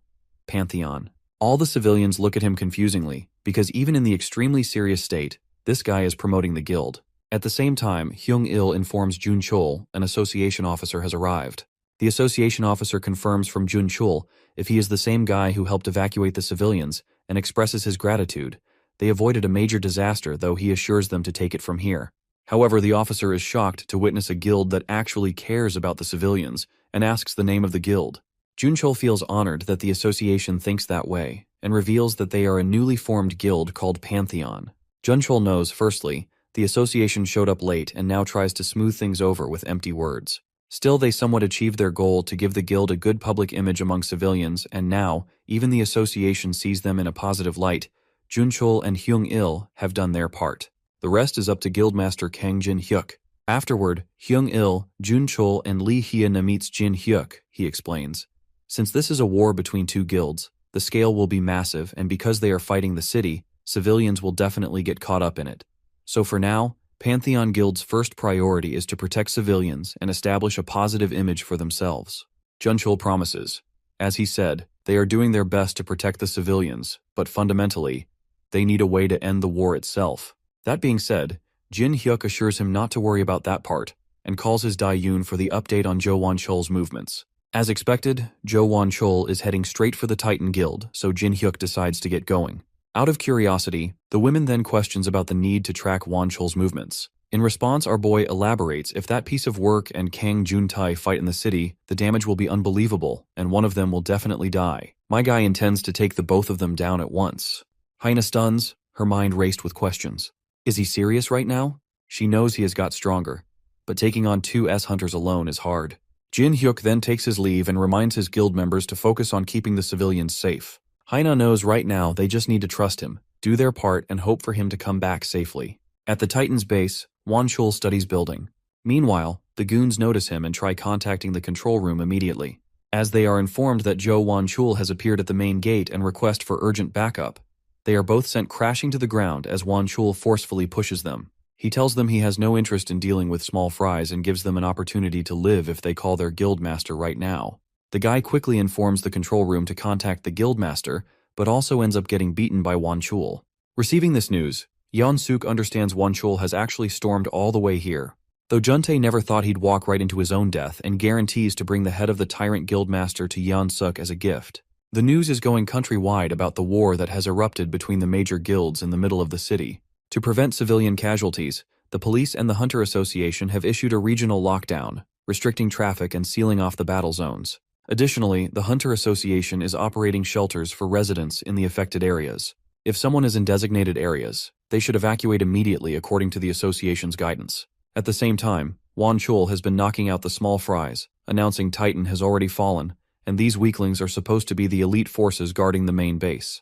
The guards decided to retreat for now as they can't hold out against an S-rank hunter, but one of the guards orders them to hold the line no matter what until the new guildmaster arrives. After a few minutes, all the guys collapsed on the ground. Wan Chul huffs, wondering if Seo Sung-ho has changed a lot. His subordinates are dying left and right, and he hasn't shown his face. He screams to call Seo Sung-ho, but surprisingly, Juntae rushes towards him, demanding to know who gave him the permission to run wild. Seeing him, Wan Chul is stunned and asks what he is doing here. Therefore, Juntae reveals he is the new guildmaster now, and that is exactly when he pushes him. This revelation is confusing for Wan Chul, so he asks about Sang-ho. Without giving a direct answer, Juntae smirks and suggests asking this to Sang-ho on his own when he meets him in the afterlife. Wan Chul replies reluctantly, Jugae is the one who will be heading to the afterlife today. Provoked, Juntae laughs maniacally, mocking him for bluffing as they both charge forward to clash. When Yeon Suk comes out of the building, he is shocked to witness all his guild members lying lifeless on the ground, proposing to call clerics to heal them, but they have all been deployed to other battles, so it is difficult right now. Every branch is engaged in war, so there was no other choice. Not just the clerics, every last remaining soldier in the main base was also deployed. Yeon Suk tries to connect the dots. Now that the troops have been spread out in the various branches, Wan Chul has attacked alone. The timing is too perfect. Wan Chul planned this from the start. The war was actually just a distraction. His real goal was to storm the main base alone and end everything. Normally, such a reckless plan wouldn't even be possible, but an S-rank's power makes the impossible a reality. In the end, the winner of this war will be decided by the battle between Juntae and Wan Chul, the class of 2 S-ranks. At the dungeon, inside the boss room, Lucia tries to understand stuff she has been analyzing for days. If she can just decipher this magic circle, she should be able to return to her original dimension. Though realization hits her, once she won't be in this place, she won't get to eat snacks anymore. However, her thoughts quickly shift to Jin Hyuk, who has been gone for quite some time. She wonders if he's okay but reassures herself that he's probably fine. After all, that guy Jin Hyuk is now probably stronger than those so-called S-rank hunters. The battle is pretty intense. An intense blue aura launches a devastating energy attack by Wan Chul. Juntae unleashes a force to block that forceful attack that surges forward at incredible speed. Both of them struggle for dominance. Juntae soars through the air with their weapon to slice Wan Chul's head in half. A shimmering protective shield is already created by a spell to protect himself. To break the barrier, Juntae hits the weapon on the ground, causing a massive explosion and debris flying in all directions. Far away, Jin Hyuk approaches the battlefield. When Jin Hyuk arrives at the location, he is saddened to see them fighting without a single thought for the city or its people. The city is being torn apart, not by monsters or some great terrorists, but by the selfish actions of hunters who definitely have long forgotten their duty. They say an S-rank's power is like a natural disaster. Seeing all the destruction, Jin Hyuk finally understands what that really means. In the past, he wouldn't have even dared to step in. These warriors are powerful, unable to defend, but now it is different. Right now, with the power of divine energy being with him, he can take both of them down. Meanwhile, Juntae and Wan Chul's fight continues. As they both clash their weapons, they hear a voice ordering them to stay right there, nice and close. Before they could react, Jin Hyuk attacks them both, which makes them stumble backward. Wan Chul stands at the corner, his gaze darting towards the newcomer, wondering who this guy is, while Jin Hyuk mockingly greets Juntae. Juntae recalls he is the same guy who got beaten up and ran away. Still, Wan Chul is studying Jin Hyuk and this energy that is coming out from him. The energy radiating from him is unlike anything he had encountered before. It is hard for him to figure out if he is an A rank or S rank. He questions himself if there are hunters like these in Korea. Whereas, when Jin's gaze shifts towards Wan Chul, he recognizes him. The same scumbag who sacrificed countless women to Al Raun. Rather than attacking them, Jin Hyuk calmly addresses them, his voice steady despite the chaos around them, and asks them to confirm if they really are hunters. He gestures around at the devastation, pointing out how this city is in ruins. Innocent people are caught in this war, suffering, getting hurt. After seeing all that, he urges them to think. Don't they feel even a little guilty? Rather than being ashamed, Juntae shamelessly smirks. Guilt? Why would he feel guilty? He confesses he wouldn't care about those pathetic insects. When he doesn't watch out for bugs while walking, who cares if a few worthless civilians die? Juntae mocks him for being another naive puppy. However, he thought Seo Sang-ho was the only self-righteous hypocrite. After listening to everything, Jin Hyuk acknowledges they are definitely worse than animals. Even animals must have a little sympathy, and thanks them for making this easier. Now he can kill them without hesitation. Jin Hyuk tightens his grip on his bat, energy streams radiating from it, and points out Juntae for making things pretty clear for him. Not taking him seriously, Juntae pretends to hear that wrong because he is firm about killing both Jin Hyuk and Won Chul. He tells Jo Won Chul to wait for a bit as he needs to deal with this arrogant guy first. Won Chul thinks smartly, acting casual, admitting it will be entertaining for him. But deep down, he knows if these two fight and wear each other out, it will end up being a win-win situation for him. Jin Hyuk turns to Won Chul, giving him an option to join because he doesn't mind taking both of them down at once. Seeing him acting so cocky, Juntae couldn't hold back and with breakneck speed rushed towards Jin Hyuk, his weapon pointed at Jin. Jin Hyuk doesn't even move from his position and just stretches out his bat, blocking his whole body easily. Beads of sweat roll down his head because he wasn't expecting him to block the attacks now when he couldn't even defend against one before. Jin Hyuk is eager to know the cause of his stunned expressions, as he hasn't even started yet.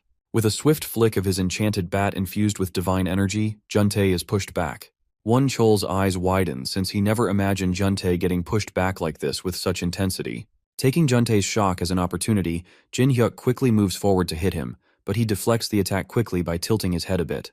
Juntae's anger doubles because Jin Hyuk dared to put a scratch on his face, so he gathers his strength to counterattack. He is not sure what Jin has done, but it is evident that he has definitely gotten stronger. He admits that it is a shame, sparing him back then. Jin Hyuk laughs as, seeing how strong he is, regret washes over Juntae's face. Instead of admitting it, Juntae arrogantly huffs, claiming either way, Jin Hyuk is going to die by his hand. Jin assures him things won't go the way he wants. That day, when he barely escaped from here, he made a promise that he'd get stronger and kill him, the one who humiliated him, the one who feels he is superior. Juntae stands there knowing damn well this is troublesome. He never expected Jin Hyuk to get this strong. Questions arise in his mind. How did he get this strong? Did he use some tricks? Then something pops up in his mind that maybe he took the Alraun's elixir, so he confronted. Before Jin could answer, Won Chul demanded to know the reason behind Alraun's elixir being mentioned here, so Juntae shared with Won that Jin Hyuk is the guy who killed the Alraun and took the elixir. Won Chul's jaw drops, and he questions Jin Hyuk if he really is the one who took the elixir and killed the Alraun. Jin Hyuk smirks and without a word, pulls out a bottle containing the elixir, holding it up, questioning if this is the same elixir they are talking about. The moment Won Chul notices the elixir, his face turns crimson red.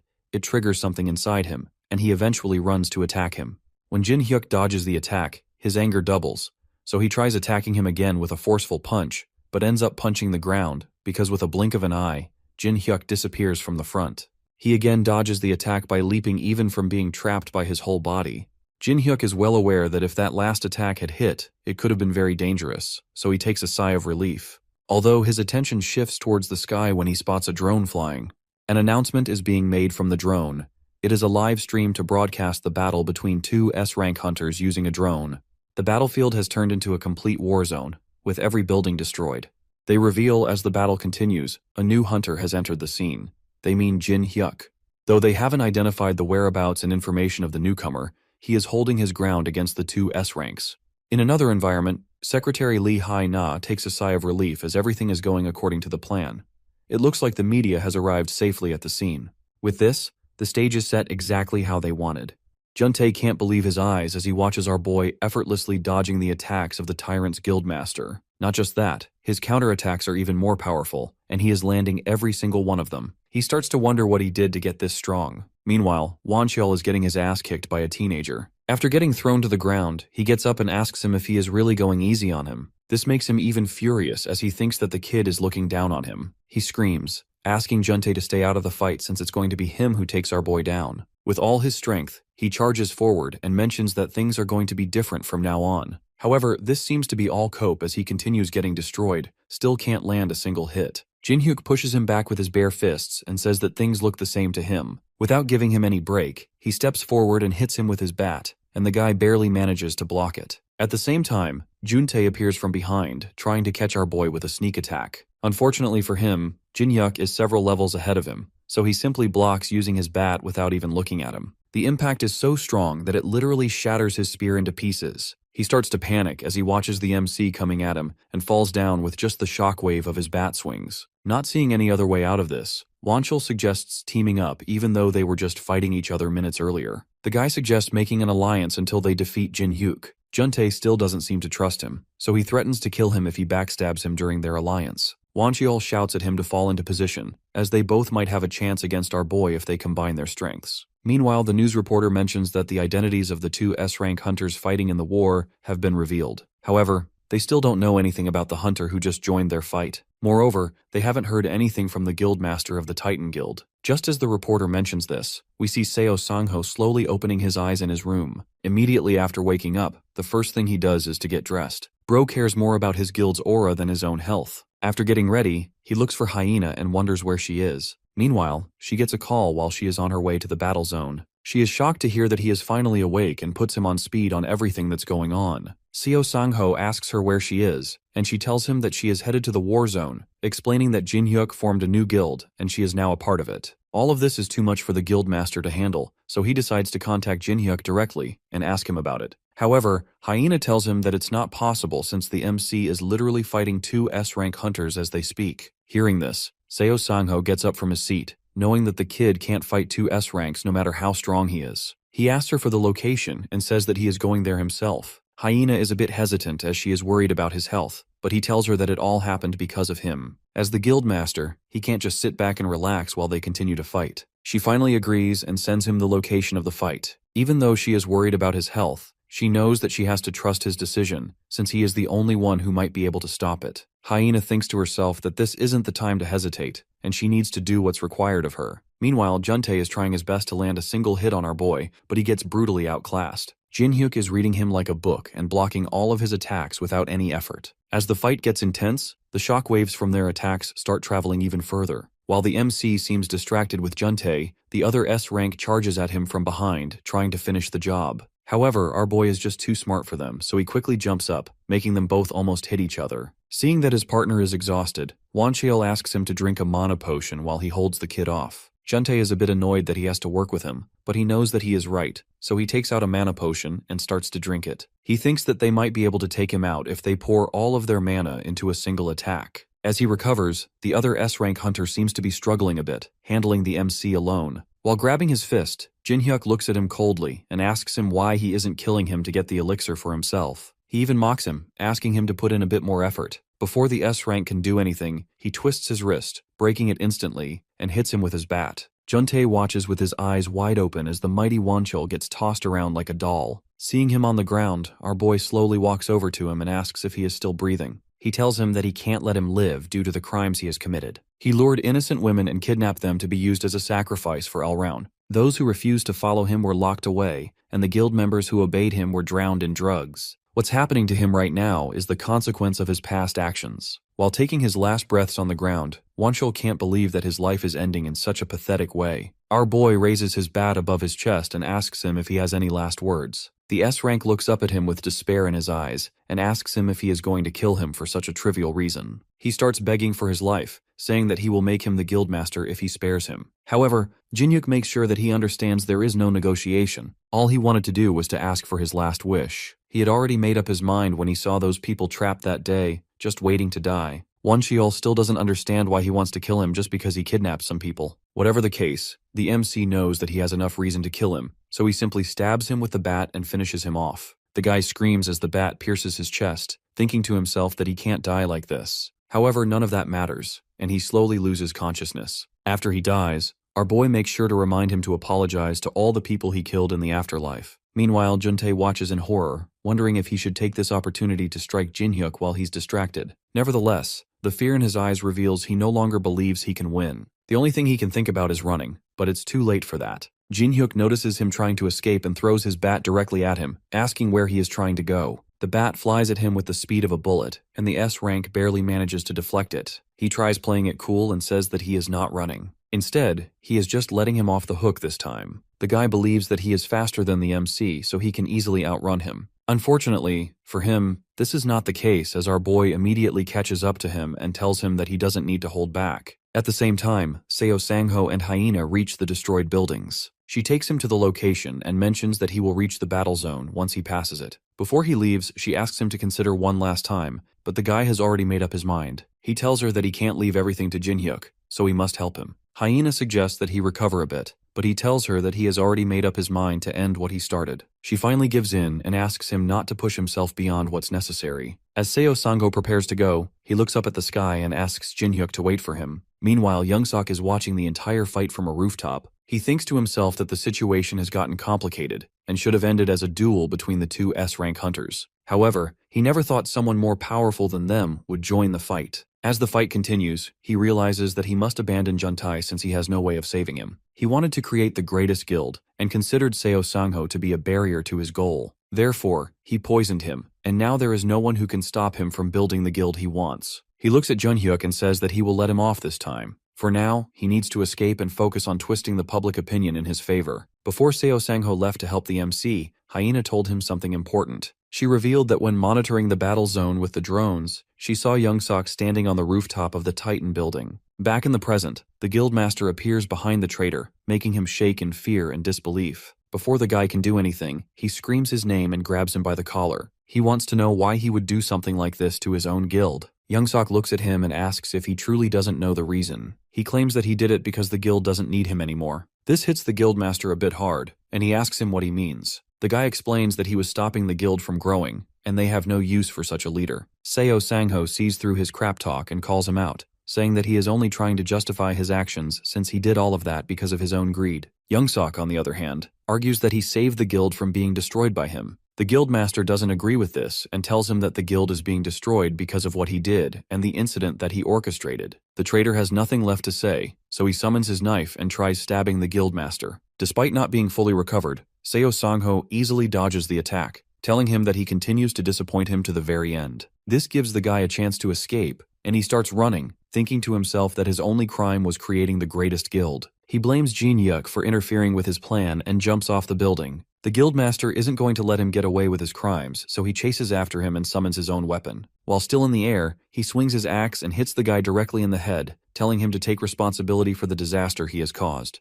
With a loud scream, his head is cut wide open, and he falls to the ground. Seo Sangho stands in front of his body and says that he has finally fulfilled his duty. However, he suddenly remembers Jinhyuk and realizes that he spent too much time chasing after the traitor. He immediately rushes towards the site to help the MC. Meanwhile, our boy is destroying the S rank without any problem. After taking a hit to the chest, Juntae finds it hard to breathe. Jinhyuk points his bat at him, asking if this is the end for him. The guy knows that he is at his limit, and there is no way for him to get out of this. Desperate for survival, he starts begging him to spare his life, offering to give him everything he wants, and even his own position at the guild. Hearing this, the MC reminds him of when they fought the last time. Even after getting stabbed by the spear, he never begged for his life and struggled until the very end. This still doesn't stop the S rank from pleading, and before finishing his life, Jinhyuk tells him that if he wants to live, he should be prepared to struggle till the end. Before the guy can say anything else, he literally smashes his head clean off the body. With the S rank now dead, the MC stands there in silence, thinking to himself that he finally managed to stop the S rank hunters with his own strength. Suddenly, he hears Seo Sangho's voice calling out to him and asking him if he is hurt. He is shocked to see the guildmaster alive and well and asks him when he woke up. The guy tells him not to worry since he woke up a while ago and has recovered. He then asks him what happened here. Jinhyuk says that it's a long story and reveals that he was lucky enough to get a chance to grow stronger. Thanks to that, he was able to take down the S-rank hunters. However, the guildmaster still can't believe he got so much stronger in such a short amount of time. Noticing his confusion, our boy assures him that he will explain it all later, but for now, they need to do something about the damage caused to the city. Sangho tells him not to worry since he and Hyena will take care of everything. The important thing is that he has received a message from Hyena in which she stated that the association wants to meet him. The scene changes to a training room in the Hunters Association headquarters, where Jinhyuk stands in confusion. Even though he accepted their invitation to visit the headquarters, he still doesn't understand why they are making him go through this. A voice informs him that this is a test, and he needs to destroy the drones ahead while dodging their attacks. Before he can figure out what is happening, the drones start attacking, so he instinctively decides to take care of them first. The drones are attacking him from all directions, and it's making it harder to dodge their attacks, but compared to his fight against the S-ranks earlier, this doesn't even count as a warm-up for him. With a confident smile on his face, he immediately starts destroying all the drones using his bat. It doesn't take long for him to clear through them, and the voice mentions that this is a new record. He stares at the screen in front of him and tells them that he is getting annoyed now since he wasn't informed about this test earlier. The girl on the other side mentions that this is part of the official procedure to determine his rank as a hunter. After his recent fight with the two hunters, he came out defeating two S ranks alone, so the association can't consider him a C rank anymore. Even after hearing all this, he still thinks that the test is pointless. Jin-hyuk starts to lose his temper and asks them to open the door so he can leave. The girl tries to calm him down, but it's no use as he doesn't want to be a part of this test anymore. As he walks to the door, she frantically tries to stop him and mentions that he can't leave the room before the test is finished. To their shock, he breaks through the door by hitting it with his bat and walks out, saying that it was just a waste of his time. It turns out that the association isn't done with him just now, as he gets stopped by some hunters after walking a few steps. He warns them to get out of his way if they don't want to get killed. All the hunters have already witnessed his power, so they know he is not making empty threats. They start looking at their team leader for his next command. From the looks of it, the team leader doesn't want to move, so Jin-hyuk decides that they are going to die. Before he can hit them, he hears a voice from behind telling him to stop. Before he can even turn back, he notices the hunters bowing down to the person in respect and calling him the chairman. He soon realizes that the guy behind him is No Take-soo, the chairman of the Hunters Association. Jin-hyuk greets the chairman and asks him why he summoned a C-rank hunter like him.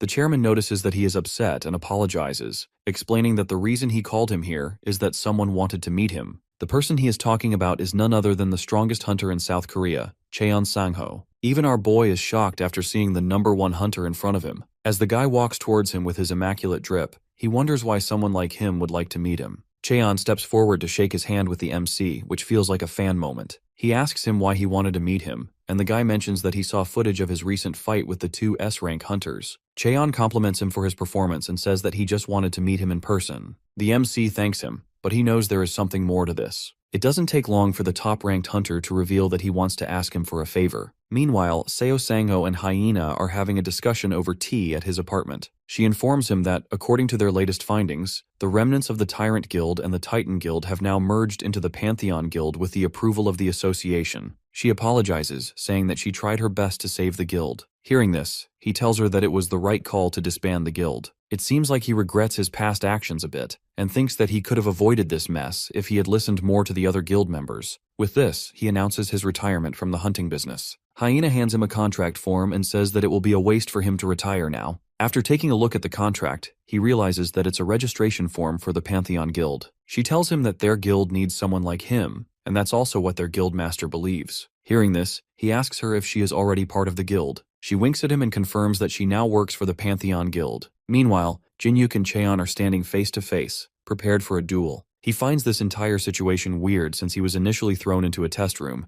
and now the strongest hunter in the country wants to fight him. The chairman and the girl are watching this fight live on their screen. She can't believe that Cheon actually came to the HQ of his own will since he is rarely even seen in public. The chairman reveals that he met the hunter earlier, and after he saw Jin-hyuk's fight with the two hunters, he said that he finally found someone he could fight beside, or maybe someone who could rival him. As the MC asks him why they are fighting, the top hunter mentions that he isn't sure himself. In any case, our boy isn't going to back down from a challenge, so he is ready to fight. The girl starts getting a bit worried and asks the chairman if they are really going to let them fight. He laughs and assures her that it's fine since they are just doing a normal spar. Back in the actual fight, Cheon summons his sword, and both hunters ask each other to try their best. Jin-hyuk smiles as he thinks to himself that he doesn't care about his ranking. All he wants is payback for the hell he endured because of him. Meanwhile, Hyena is shocked to receive a call from the association informing her that the top-ranked hunter is about to spar with Jin-hyuk. Seeing her expressions, Sang-ho knows that something is wrong and asks her what is happening. She puts the phone down and mentions that Cheon Sang-ho is about to fight the MC. This makes him a bit worried, and he asks her why they are fighting, but she also has no idea. Thinking that Jin-hyuk might be in danger, the two decide to head to the Hunters Association. The scene changes to the fight where both hunter are patiently waiting for the other to lower their guard. The girl asks the chairman what he thinks about this fight. Just then, the two hunters charge at each other and their weapons collide. The chairman thinks that the top-ranked hunter will win this. In the actual fight, both hunters seem to be on par in terms of their power. As they both get pushed back, Jin-hyuk realizes that Cheon is on a different level than the other S-rank hunters. He decides it's pointless to try to gauge his strength first. Instead, he decides to go all in from the very start and releases a powerful aura shockwave towards the top-ranked hunter. He stands in front of the attack, wondering if Jin-hyuk is ready to go all in. This gives him enough reason to also get serious, so he slashes clean through the aura and charges at him for a counterattack. He wants to see the MC's true strength and tries pushing him to his limits. The girl watching this starts to get a bit worried as the fight gets more intense. Even Jin-hyuk can sense the immense power coming from the top-ranked hunter. He swings his bat to try pushing him back and gets excited thinking about fighting someone this strong. This might give him a chance to test his own limits. However, to his surprise, Cheon tells him that they can't go any further. As he wonders what the guy means, the top-ranked hunter announces that he is lost. This makes Jin-hyuk even more confused, and he asks him what he is talking about. Even the chairman is shocked since this is his first time seeing him admit defeat. He asks him why he is ending the spar so suddenly. Cheon raises his sword and reveals that if he continues this fight, it might not hold any longer. Just as he says this, his sword suddenly breaks into pieces. With this, the chairman announces the end of the duel and officially makes Jin-hyuk an S-rank hunter. It doesn't take long for this news to break out, and his fight with the two S-rank hunters is shown all over media channels. They also reveal that he defeated the country's top-ranked hunter in a duel and call him in for an interview. While being questioned about the defeat, he admits that it's true and says that Jin-hyuk will undoubtedly become the face of the Korean hunter world. Meanwhile, the MC is a bit disappointed that the duel ended this fast since he wanted to fight a bit longer. As he is walking away from the association, Cheon calls him out and congratulates him on officially becoming an S-class hunter. Our boy thanks him and says that he is grateful for the interview he did for him, but he wants to know why he did it. The top-ranked player explains that he just wanted comrades to fight alongside him, and this was a way to make the association aware of his strength. As he begins to leave, Jin-hyuk stops him and tells him not to hold back when fighting him the next time. He knows that the sword he used during the duel was a fake. As the two walk away, he thinks to himself that Cheon was definitely going easy on him and even used a cheap sword. This makes him wonder if he was helping him so the association would recognize his strength. In any case, it's thanks to him that he has realized that he is still not strong enough. Later, he heads to the parking lot where Hyena's car screeches to a stop. She jumps out, clearly worried, and rushes to check on him. Sang-ho gets out too, just as concerned. She says she couldn't believe what she heard about the spar. The previous guildmaster is also mad that the association called it just a sparring match, but they had thrown him against the strongest hunter in the country. He even suggests filing a complaint, but Jin-hyuk stays calm and says he isn't upset. In fact, he learned a lot. Fighting Cheon reminded him of the intense pressure he once felt at the Dragon Temple. He suggests they return to the guild and talk things over. That evening, he finally feels relaxed for the first time in a long while. He reflects on how rare it is to feel at peace. The constant fighting has kept him on edge, but now he can finally breathe.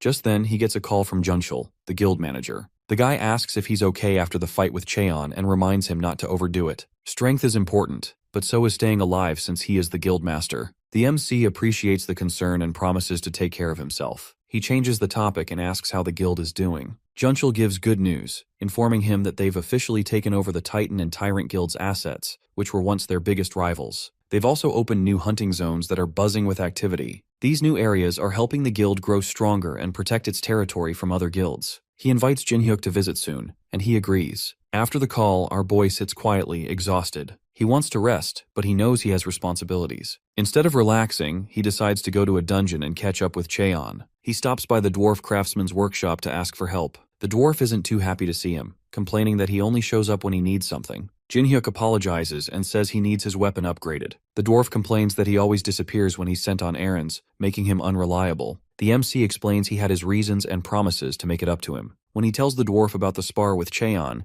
the dwarf gets furious and grabs his weapon. He demands to know if Jin-hyuk lost while using the bat he crafted. He's clearly offended. Still, instead of refusing, the dwarf says he is lucky since he's been wanting to try out a new technique anyway. He tries to thank him, but the dwarf cuts him off, saying he's not doing it out of kindness. He just wants to prove himself as a craftsman. As Jin-hyuk leaves, he starts thinking about Lucia, as he hasn't seen her in a while. He realizes she might have the answer to something that's been bothering him. Feeling hopeful, he heads deeper into the dungeon to find her. But as he walks, he feels like he's forgetting something important, though he can't figure out what. When he finally finds Lucia, she's furious. She almost punches him, demanding to know why he came without bringing anything. Instead of answering, Jin-hyuk says he was looking for her and asks if she's really been in the dungeon all this time. Lucia confirms it and says that she's been working on a magic circle, which is her only hope of returning to her world. She's made some progress, which catches his attention. He asks if she'll be able to go back soon. Lucia sighs and says it's not that simple. She's tested her dimensional magic a few times. Everything seems to go perfectly. She follows all the steps and it feels like the spell works, but nothing actually happens. Even though the magic feels right, the result is always the same. Nothing. She's confident it should work, but doesn't understand why it isn't. While she is saying all this, a strange portal starts to open in Jin-hyuk's fridge. The next morning, our boy makes his way to the local supermarket and buys some snacks for Lucia so she won't complain next time. While he is leaving, the cashier stops him and asks if he is Guildmaster Kang Jin-hyuk. With a confused expression, he confirms it, which makes the girl excited. She tells him that she is a huge fan and asks him for a photo. Suddenly, he notices other people taking photos of him too. Not trying to make the situation worse, he quickly apologizes and runs out of the store. While making his way back to the cave, he realizes that he is more well known than he thought. The dwarf finally shows him his new weapon and claims that it's on a whole different level than the previous one. As Jin-hyuk grabs the bat, he starts to feel it absorbing his mana. This makes him wonder if there is a fault with the bat, but the dwarf guy takes it as an insult and smacks him on the face. He reminds him of the all-round ore that he purified last time and explains that he used it for the enhancement. Normally, ore from monsters carries the traits of that specific monster. In all-round's case, the trait should have been the absorption of life. However, thanks to his purification, it changed to the absorption of mana. Since it's draining his mana, it means that the weapon is working perfectly. Still, Jin-hyuk is a bit worried about the bat draining all of his mana, but the dwarf assures him that it will stop after a certain amount. Suddenly, the bat stops absorbing his mana, which means that it is at its maximum capacity. The dwarf tells him that he can use the mana stored inside whenever he wants. To test it out, our boy aims the bat directly at a statue in front of him and swings it in the air, causing it to release a powerful shockwave of mana. The dwarf is a bit impressed that he was able to use it this well on his first try. Jin-hyuk thanks him for the enhancement, but the old guy doesn't want his thanks. He only wants some booze. As the two of them talk, the dwarf asks him where he is going today. He mentions that he is going to see Lucia for a bit. Hearing her name, it becomes apparent that the dwarf doesn't like her. This makes our boy curious, and he asks him why he can't seem to get along with her. The old man makes a serious expression and says that it's a long story. The only reason they are tolerating each other is that they have no other choice. However, dwarves and elves have been at war for as long as he can remember. He claims that the elves sold their people to the dragons, which comes as a shocking revelation to Jin-hyuk. He finally realizes the depth of the beef between the two races. Later, when he meets Lucia, she screams at him as usual, asking him where he has been. He asks her why she called him to the temple when she is always in the boss's room. Instead of answering him, she simply asks him to look around him and says that the entrance temple has suddenly disappeared. Jin-hyuk looks around in confusion and notices that it's actually missing. She believes that it vanished before he cleared the dragon's trial, and during one of her recent investigations, she found a dimensional teleportation magic circle. This one is even more advanced than the one that Mage was using in the boss room. Lucia looks at him and asks if he knows what this all means. Our boy catches on quickly and says that if they study the magic circle, he might be able to go back to his original dimension. However, there is still a problem since she can't activate the circle alone, even if they manage to complete it. In other words, he needs to learn magic from her to help her with the activation. Jin-hyuk asks her again to confirm if she is suggesting that he learn magic from her. She tells him that it's correct since the magic circle requires a lot of mana, and she can't activate it using her mana alone. Even with his help, she isn't sure if they will be able to activate it. Our boy starts thinking about ways to provide the magic circle with a massive amount of mana, and suddenly remembers that his bat can work perfectly in this case since it stores mana. He tells her to try using it. She is a bit hesitant at first, but changes her mind when he shows her the mana leaking out of the bat. He explains that the old man upgraded his bat, and it can now store mana. Even though he has no idea how much mana is stored in the weapon, it might still be useful to activate the circle. However, when Lucia tries to touch the bat, she experiences a huge shock. Even the MC is a bit confused until he remembers that the dwarf engraved a binding effect on the weapon, so no one else can use it except him. This means that they can't really use the bat, and the only option left for them is to teach him magic. She tells him that from now on, he will be her student. His first lesson begins at his apartment, and she even gives him some homework while eating his snacks. The process wasn't as easy as he expected, and he had to memorize a huge amount of magical knowledge. Moreover, he needs to learn how to control the flow of mana and to use all that knowledge to activate the magic circle. After days of learning, he finally managed to grasp the theory of magic. Just as he starts feeling good, she brings him back to reality by telling him that these were just the basics. His real lessons are about to begin now. She starts going through the study material with him and shows him her research notes on the magic circle that was in the boss's room. According to her,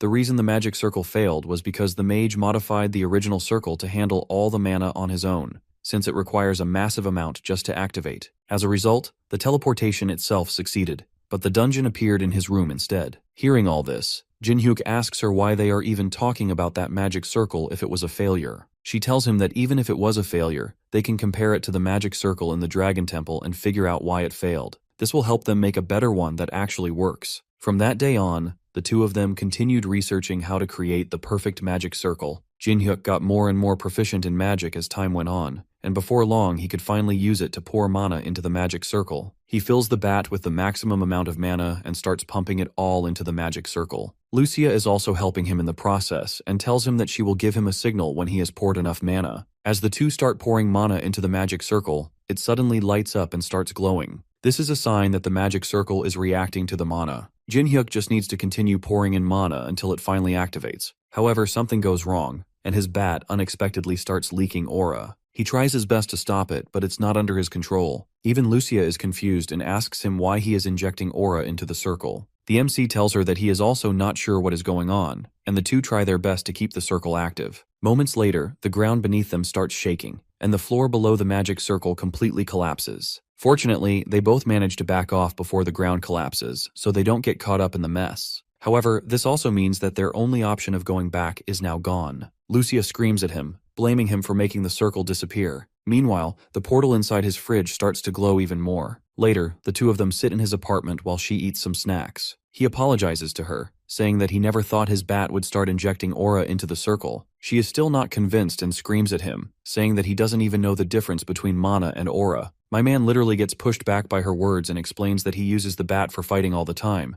so he might have accidentally converted the mana into aura. By this time, she has calmed down a bit, so she admits that it's also her fault for not checking before they began the activation. Still, it means that they've lost their chance to get back, which weighs quite heavily on the MC. He assures her that he will find a way to fix this and asks if she needs anything. Hearing this, she screams at him to bring her the tastiest and the sweetest stuff he has. My man rushes to the fridge and asks if she wants some cake. However, as soon as he opens the fridge, he feels an intense wave of cold air coming out. This is not normal for a fridge, so he calls her to check it out. When she finally walks over, they both witness a completely new world beyond the fridge door. She smiles as she realizes that the magic circle didn't fail after all. The snowy landscape they are seeing right now is the result of that magic circle. Moreover, from the mana she is sensing, Lucia believes that this is the dimension she used to live in. Even though she has no idea how the portal opened inside the fridge, she suggests going inside to investigate. Jin-hyuk agrees and tells her that he just needs to deal with some stuff first. He immediately calls Junchul, who is the co-founder of his guild,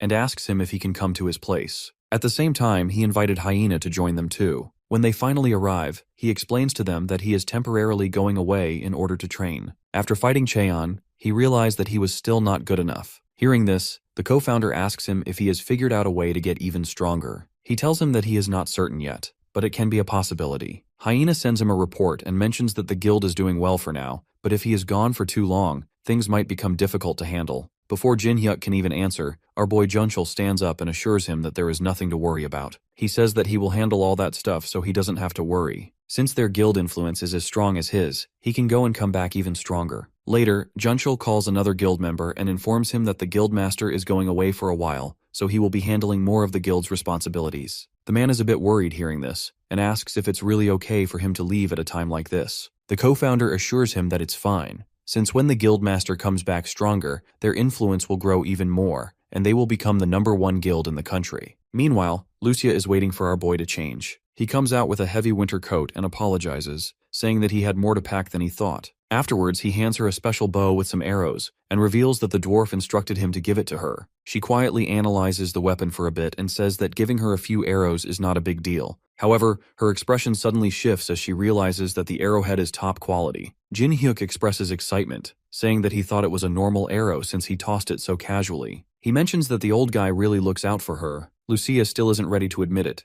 but says that she might have to pay him back for this eventually. The two of them finally decide to step in, and immediately, he can tell that this is a different dimension. They wonder where they should start investigating and come across a mysterious dungeon. Our boy seems excited for this and says that something is definitely hiding inside. She agrees, and the two decide to head into the dungeon. The dungeon is deeper and bigger than they actually assumed, and as soon as they step inside, she immediately senses some monsters running towards them. Lucia cautiously stops him and tells him to get ready since it's about to go down. It doesn't take long for the monsters to appear, and they turn out to be yetis. The monsters fiercely jump towards them, and she asks our boy if he can handle them. With a confident smile, he assures her that he has it under control. He summons his bat and claims that he can take them out with his eyes closed. She finds it amusing and tells him that he talks too big. The two of them start clearing off the monsters without much problem, with the MC attacking them head-on and Lucia supporting him from the back. As the battle continues, she starts to realize just how good the arrows are. Jin-hyuk is also feeling himself, so he decides to end it in one final blow. At the same time, the dragon god gets a message that the apostle has crossed dimensions. He listens to the dragon while sitting on his chair and announces that he will meet the apostle soon. The dragon still doesn't understand why he gave the rank of apostle to a human like him instead of a noble dragon kin. Hearing this, the dragon god reveals that he did it because of the man's destiny. He was born to bring ruin to the world. A fierce battle erupts between Jin-hyuk and the monstrous creatures. Our boy launches himself into the air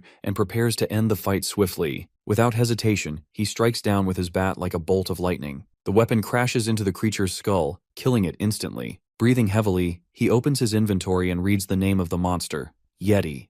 This name surprises him, as he doesn't recall seeing such a creature before. Lucia soon approaches and reacts sharply when she hears the word Yeti. She explains that Yetis are known to live in packs in the mountains. If the creature he just killed was indeed a Yeti, then they needed to leave the cave immediately. Jin-hyuk, confused by her urgency, questions the sudden need to escape. She warns him that killing a single Yeti usually triggers the entire pack to attack in retaliation, and when they do, their strength is overwhelming and merciless. Before they can discuss further, a blizzard suddenly roars through the tunnel, and monstrous howls echo from the shadows. Realizing the danger, he asks her why she didn't mention this earlier, but she admits she only just remembered. With no time for arguments, she urges him to run. As they flee, the icy floor begins to crack beneath their feet. Despite the danger, he glances back at the advancing creatures and questions whether running is even necessary. From his perspective, the Yetis don't seem particularly strong. Lucia, however, explains that the risk isn't just from the monsters themselves. The structure of the cave is fragile, and any battle here could cause the ice to collapse, killing everyone inside. Suddenly, he comes to a stop.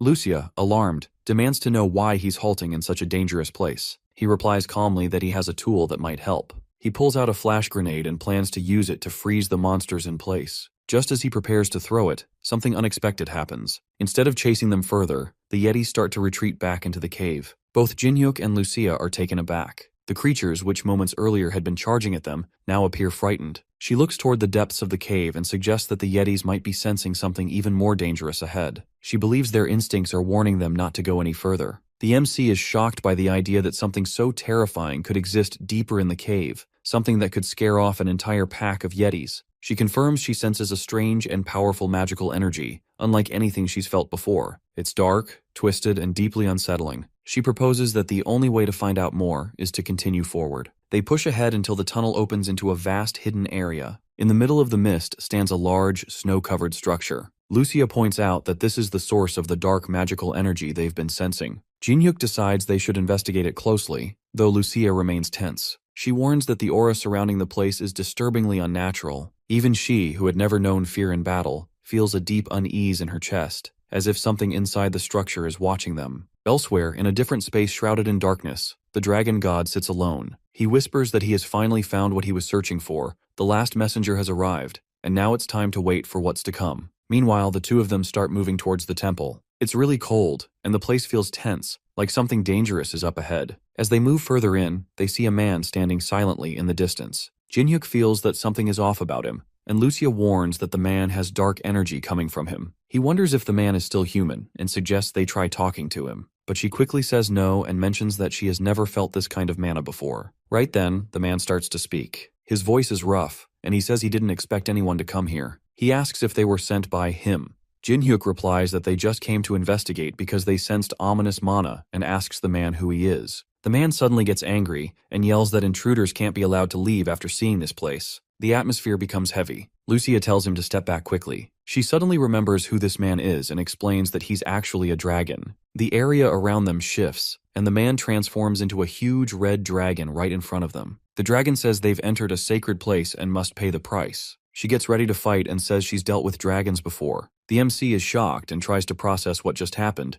but prepares to fight anyway. Then, everything suddenly freezes. The wind stops, the fire goes out, and even the dragon and Lucia can't move. Jin-hyuk is confused. He notices that Lucia also isn't moving. A deep voice speaks out, saying time has been stopped. Someone appears in the air wearing a black cloak. He doesn't walk on the ground but seems to float or tear through space. Jin-hyuk asks who he is. The man replies that his name is Ordo, and he's the one who created the dragon Tiamut. He also claims to be the god of the world. The MC is surprised but doesn't know whether to believe it. Ordo says it doesn't matter if he believes him or not, since it's still the truth. He explains that he's been watching humans for a long time. At first, he liked how people lived, but then they started fighting each other, causing destruction. He didn't want humans to destroy themselves, so he became a god to protect them. He created monsters to give humans a common enemy and gave people the power to fight back by turning them into hunters. At first, things worked out, and people worked together. But then humans started using their powers against each other again. Ordo says that Jinhyuk has also used his power in the same way. He adds that he was never meant to be this strong,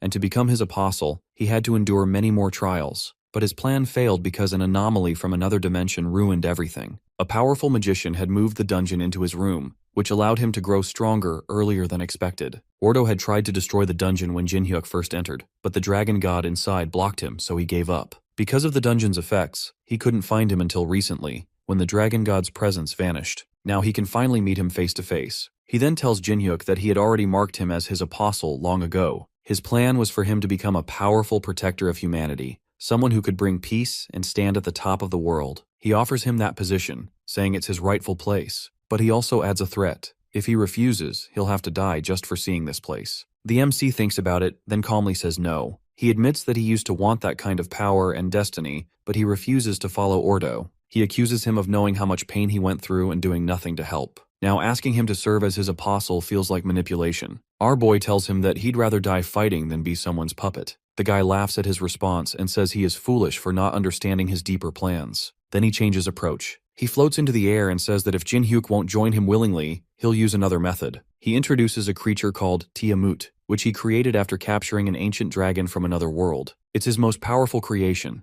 and he claims that nothing can stop it, not even hunters or monsters. He plans to use this creature to destroy everything and build a new world filled only with people who love peace. Jinhyuk will be the first sacrifice to this new creature. Even facing this terrifying threat, our boy doesn't back down. He grits his teeth and tells Ordo to bring it on. Then he charges straight at the dragon-like creature, even though it seems like suicide. The guy is impressed by Jinhyuk's bravery but says it's pointless since he'll be left behind. Meanwhile, somewhere underground, a dwarf is finishing a shiny new set of armor. He talks to himself, saying that it took longer than expected to make this armor because the old one was too worn out. He remembers Jinhyuk and jokes that the guy better bring him some good booze as thanks. He recalls how he used to be weak when they first met, but gradually became one of the strongest people on the continent, probably helped by that loud elf too. He wonders what they'll bring back this time and laughs, thinking that it might even be a dragon. Back at the battle, Ordo snaps his fingers, and the giant creature suddenly comes to life. Its eyes glow, and it starts to move with huge muscles flexing. Lucia regains consciousness and realizes what's happening. She shouts at Jinhyuk to be careful. The dragon shoots a massive blast of fire toward him. The MC tries to dodge, but it's too fast, and he ends up getting swallowed by the dragon. Lucia is shocked and screams in despair. Ordo smiles coldly and mocks him for making a dramatic speech only to be taken out so quickly. But then, a voice growls from inside the dragon's mouth. He is still alive. He starts forcing the dragon's jaws open from the inside, using pure strength. The dragon roars in pain. Lucia is overwhelmed with relief and asks if he's okay. Jinhyuk says, of course, and tells her that he can't let someone like Ordo destroy the world. No matter what it takes, he'll stop him. The guy just laughs as he finds it amusing and says that he wants to see how long he can hold on. However, he mentions that the only thing he will feel at the end is overwhelming despair. Meanwhile, Hyena gets a call from the co-founder of the guild, and he informs her that the association has issued a mandatory summons. She asks in confusion why it's happening, but he mentions that he doesn't know the exact reason. Dungeons are appearing all across the city, including their own jurisdiction. For this reason, they are asking for their cooperation. Hearing this, she tells him that she will notify the other guild members immediately. After she puts down the phone, Sangho asks her what is going on. She reveals that a huge number of gates have appeared in Region 9, which interestingly lies close to Jinhyuk's house. While all this is happening, our boy is trapped in the mouth of Tiamut the dragon. Lucia is worried since he might burn to death if he doesn't come out quickly. The MC struggles to get out, but the dragon is too strong, so he can't push its mouth open. Suddenly, the elf shoots an arrow that hits it directly in the head. The dragon screams in pain and opens its mouth, which gives our boy enough time to escape. Despite taking a direct hit from the arrow, it seems like the dragon is still fine. As Jinhyuk falls to the ground, it furiously flies towards him to finish him off. He immediately gets up, thinking that it's not even giving him any time to breathe. The dragon slams to the ground and uses all of its strength to crush our boy. At the same time, Lucia tries shooting another arrow at it, but the dragon notices her before she can shoot. It uses its tail to smack her, and the impact sends her flying away. The MC finally realizes just how strong this dragon is since he made her fall with just a single hit. With her down, the dragon shifts its focus back towards our boy. With the pressure increasing, Jin-hyuk knows that he has no other choice but to go all out. Ordo seems a bit disappointed in the MC and believes that it's all over. He orders the dragon to finish him, but something seems off. Despite the dragon using all of its strength, it can't crush our boy. This makes the dragon shocked as it can't believe that a mere human is able to withstand its power. Jin-hyuk starts pushing back with everything he has and uses the power he gained from the dragon's temple. He unleashes all that power while screaming on top of his lungs, causing the dragon to pull back. I can't believe that someone like him can handle so much power. Even Ordo is shocked and refuses to believe that he is seeing the power of the dragon god. Meanwhile, the dragon god sits on his throne, announcing that it's time to go since his apostle has finally realized his true power. He gets up from his throne, saying that he will settle this long-standing grudge today. Back in the other dimension, Ordo can already feel the energy shifting, and he knows that this is a sign of the dragon god's arrival. Even Jin-hyuk feels strange since he didn't expect the power of the dragon god to be this strong. Moreover, he can see the mark of the dragon on his wrist. Ordo also notices the symbol from above and wonders if the dragon god has really made him his apostle. He knows that he has to finish this before the dragon god arrives, so he orders the dragon to kill him immediately. Tiamut obeys his command and sends a massive wave of fire towards our boy. Surprisingly, the fire, which felt dangerous a minute ago, doesn't scare him at all. He is at a level where he thinks he can easily beat the dragon. Suddenly, he hears a voice telling him to stop. For a moment, it seems like time itself has stopped. Jin-hyuk thinks that Ordo is behind this, so he screams at him, asking if he has something else to say to him. The guy is also confused and tells him that he never stopped time. At the same time, he hears the dragon god asking him why it's so hard to find him. His eyes open wide as he finally realizes that the dragon god is here. Ordo didn't expect him to show up this quickly. The MC also looks up to notice the elder flying above and asks him what he is doing here. The dragon god turns to Ordo and asks him how dare he kidnap a dragon that was like his own child. Apparently, he had kidnapped his dragon and turned it into this monster called Tiamut. The dragon god asks him why he did it despite knowing that it was wrong. The guy starts making excuses and says that it was something he had to do for his world. He, as a god, should understand this. The dragon god can see right through this crap and tells him that creating a monster from his stolen child in order to destroy his world wasn't something necessary. He just did it for his own satisfaction. Even right now, he is trying to kill his apostle just because he doesn't like him. This makes Ordo furious, and he lashes out, saying that he only did this to bring peace to his world, and it's all a small sacrifice to pay for that peace. Bro thinks he is Thanos. Hearing all this, the dragonkind turns to Jin-hyuk and asks him if any of it makes sense to him. Our boy launches himself towards Ordo, saying that it's all nonsense. The guy asks him if he even knows the situation he is in, since he is interrupting a conversation between gods. He tries stopping time by snapping his fingers, but nothing happens. With a shocked expression, he wonders why his powers aren't working on the MC. The dragon god explains to him that he is facing his proxy, who can wield the power of the dragon. In other words, he is someone with power equal to a god. It is now time for him to be defeated by the very human he looked down upon. Without wasting a second, our boy starts swinging at him with his bat. Ordo manages to block his attack, but his insane power quickly overwhelms him. Jin-hyuk screams at him, saying that they don't need a god who wants to destroy their world, and throws him to the ground. The guy falls down with a massive explosion and smoke covering the entire area. Our boy opens his eyes to find himself in a different plane in space. He sees Ordo standing in front of him, telling him not to be worried. Seeking some answers, our boy asks him what he is trying to do. The guy explains that he just altered the dimensions since he wanted to talk. He admits that he lost the fight and mentions that getting hit by him changed his entire perception. It made him realize that being a god doesn't mean that he knows everything perfectly. Therefore, he's decided to stop what he was planning before and instead make himself in charge of the entire world. As his body starts disappearing, he tells the MC that he will be overseeing everything from on, and mentions that he has to prove himself wrong. Jin-hyuk isn't so sure that he can handle all that responsibility, but Ordo has made his decision. He makes him the new manager of the world, and our boy goes back to the other dimension. The dragon god asks him if he had a good talk and explains that Ordo gave everything up and decided to trust humans again. He even gave him back the dragon, saying that he would watch over the new world. Before leaving, the dragon god tells him that it's his duty to bring peace to his world. He assures him that he will be cheering him on and says that he should become a manager that even the two gods would acknowledge. Jin-hyuk stands there thinking if he has actually become the manager of this world. Just then, he hears Lucia's voice calling him out. He rushes back to her and asks if she is okay. She reveals that she almost died, but the dragon god healed her body, allowing her to recover. Since it's all over now, our boy invites her to go back home. However, she mentions that this is her original world, so she can't leave. This makes him a bit sad, and he asks her if it means that they won't see each other anymore. The two say their goodbyes and part ways. Looking down at his world from above, our boy remembers how a dungeon appeared in his room out of nowhere. He never thought a bottom-tier hunter like him could become the manager of the world. He still doesn't know what Ordo saw in him to give him this power, but he knows for sure that he needs to guide humanity down the right path so they don't go astray. He'll do all that while communicating with others to build a better world as a fellow human and the manager of a new world.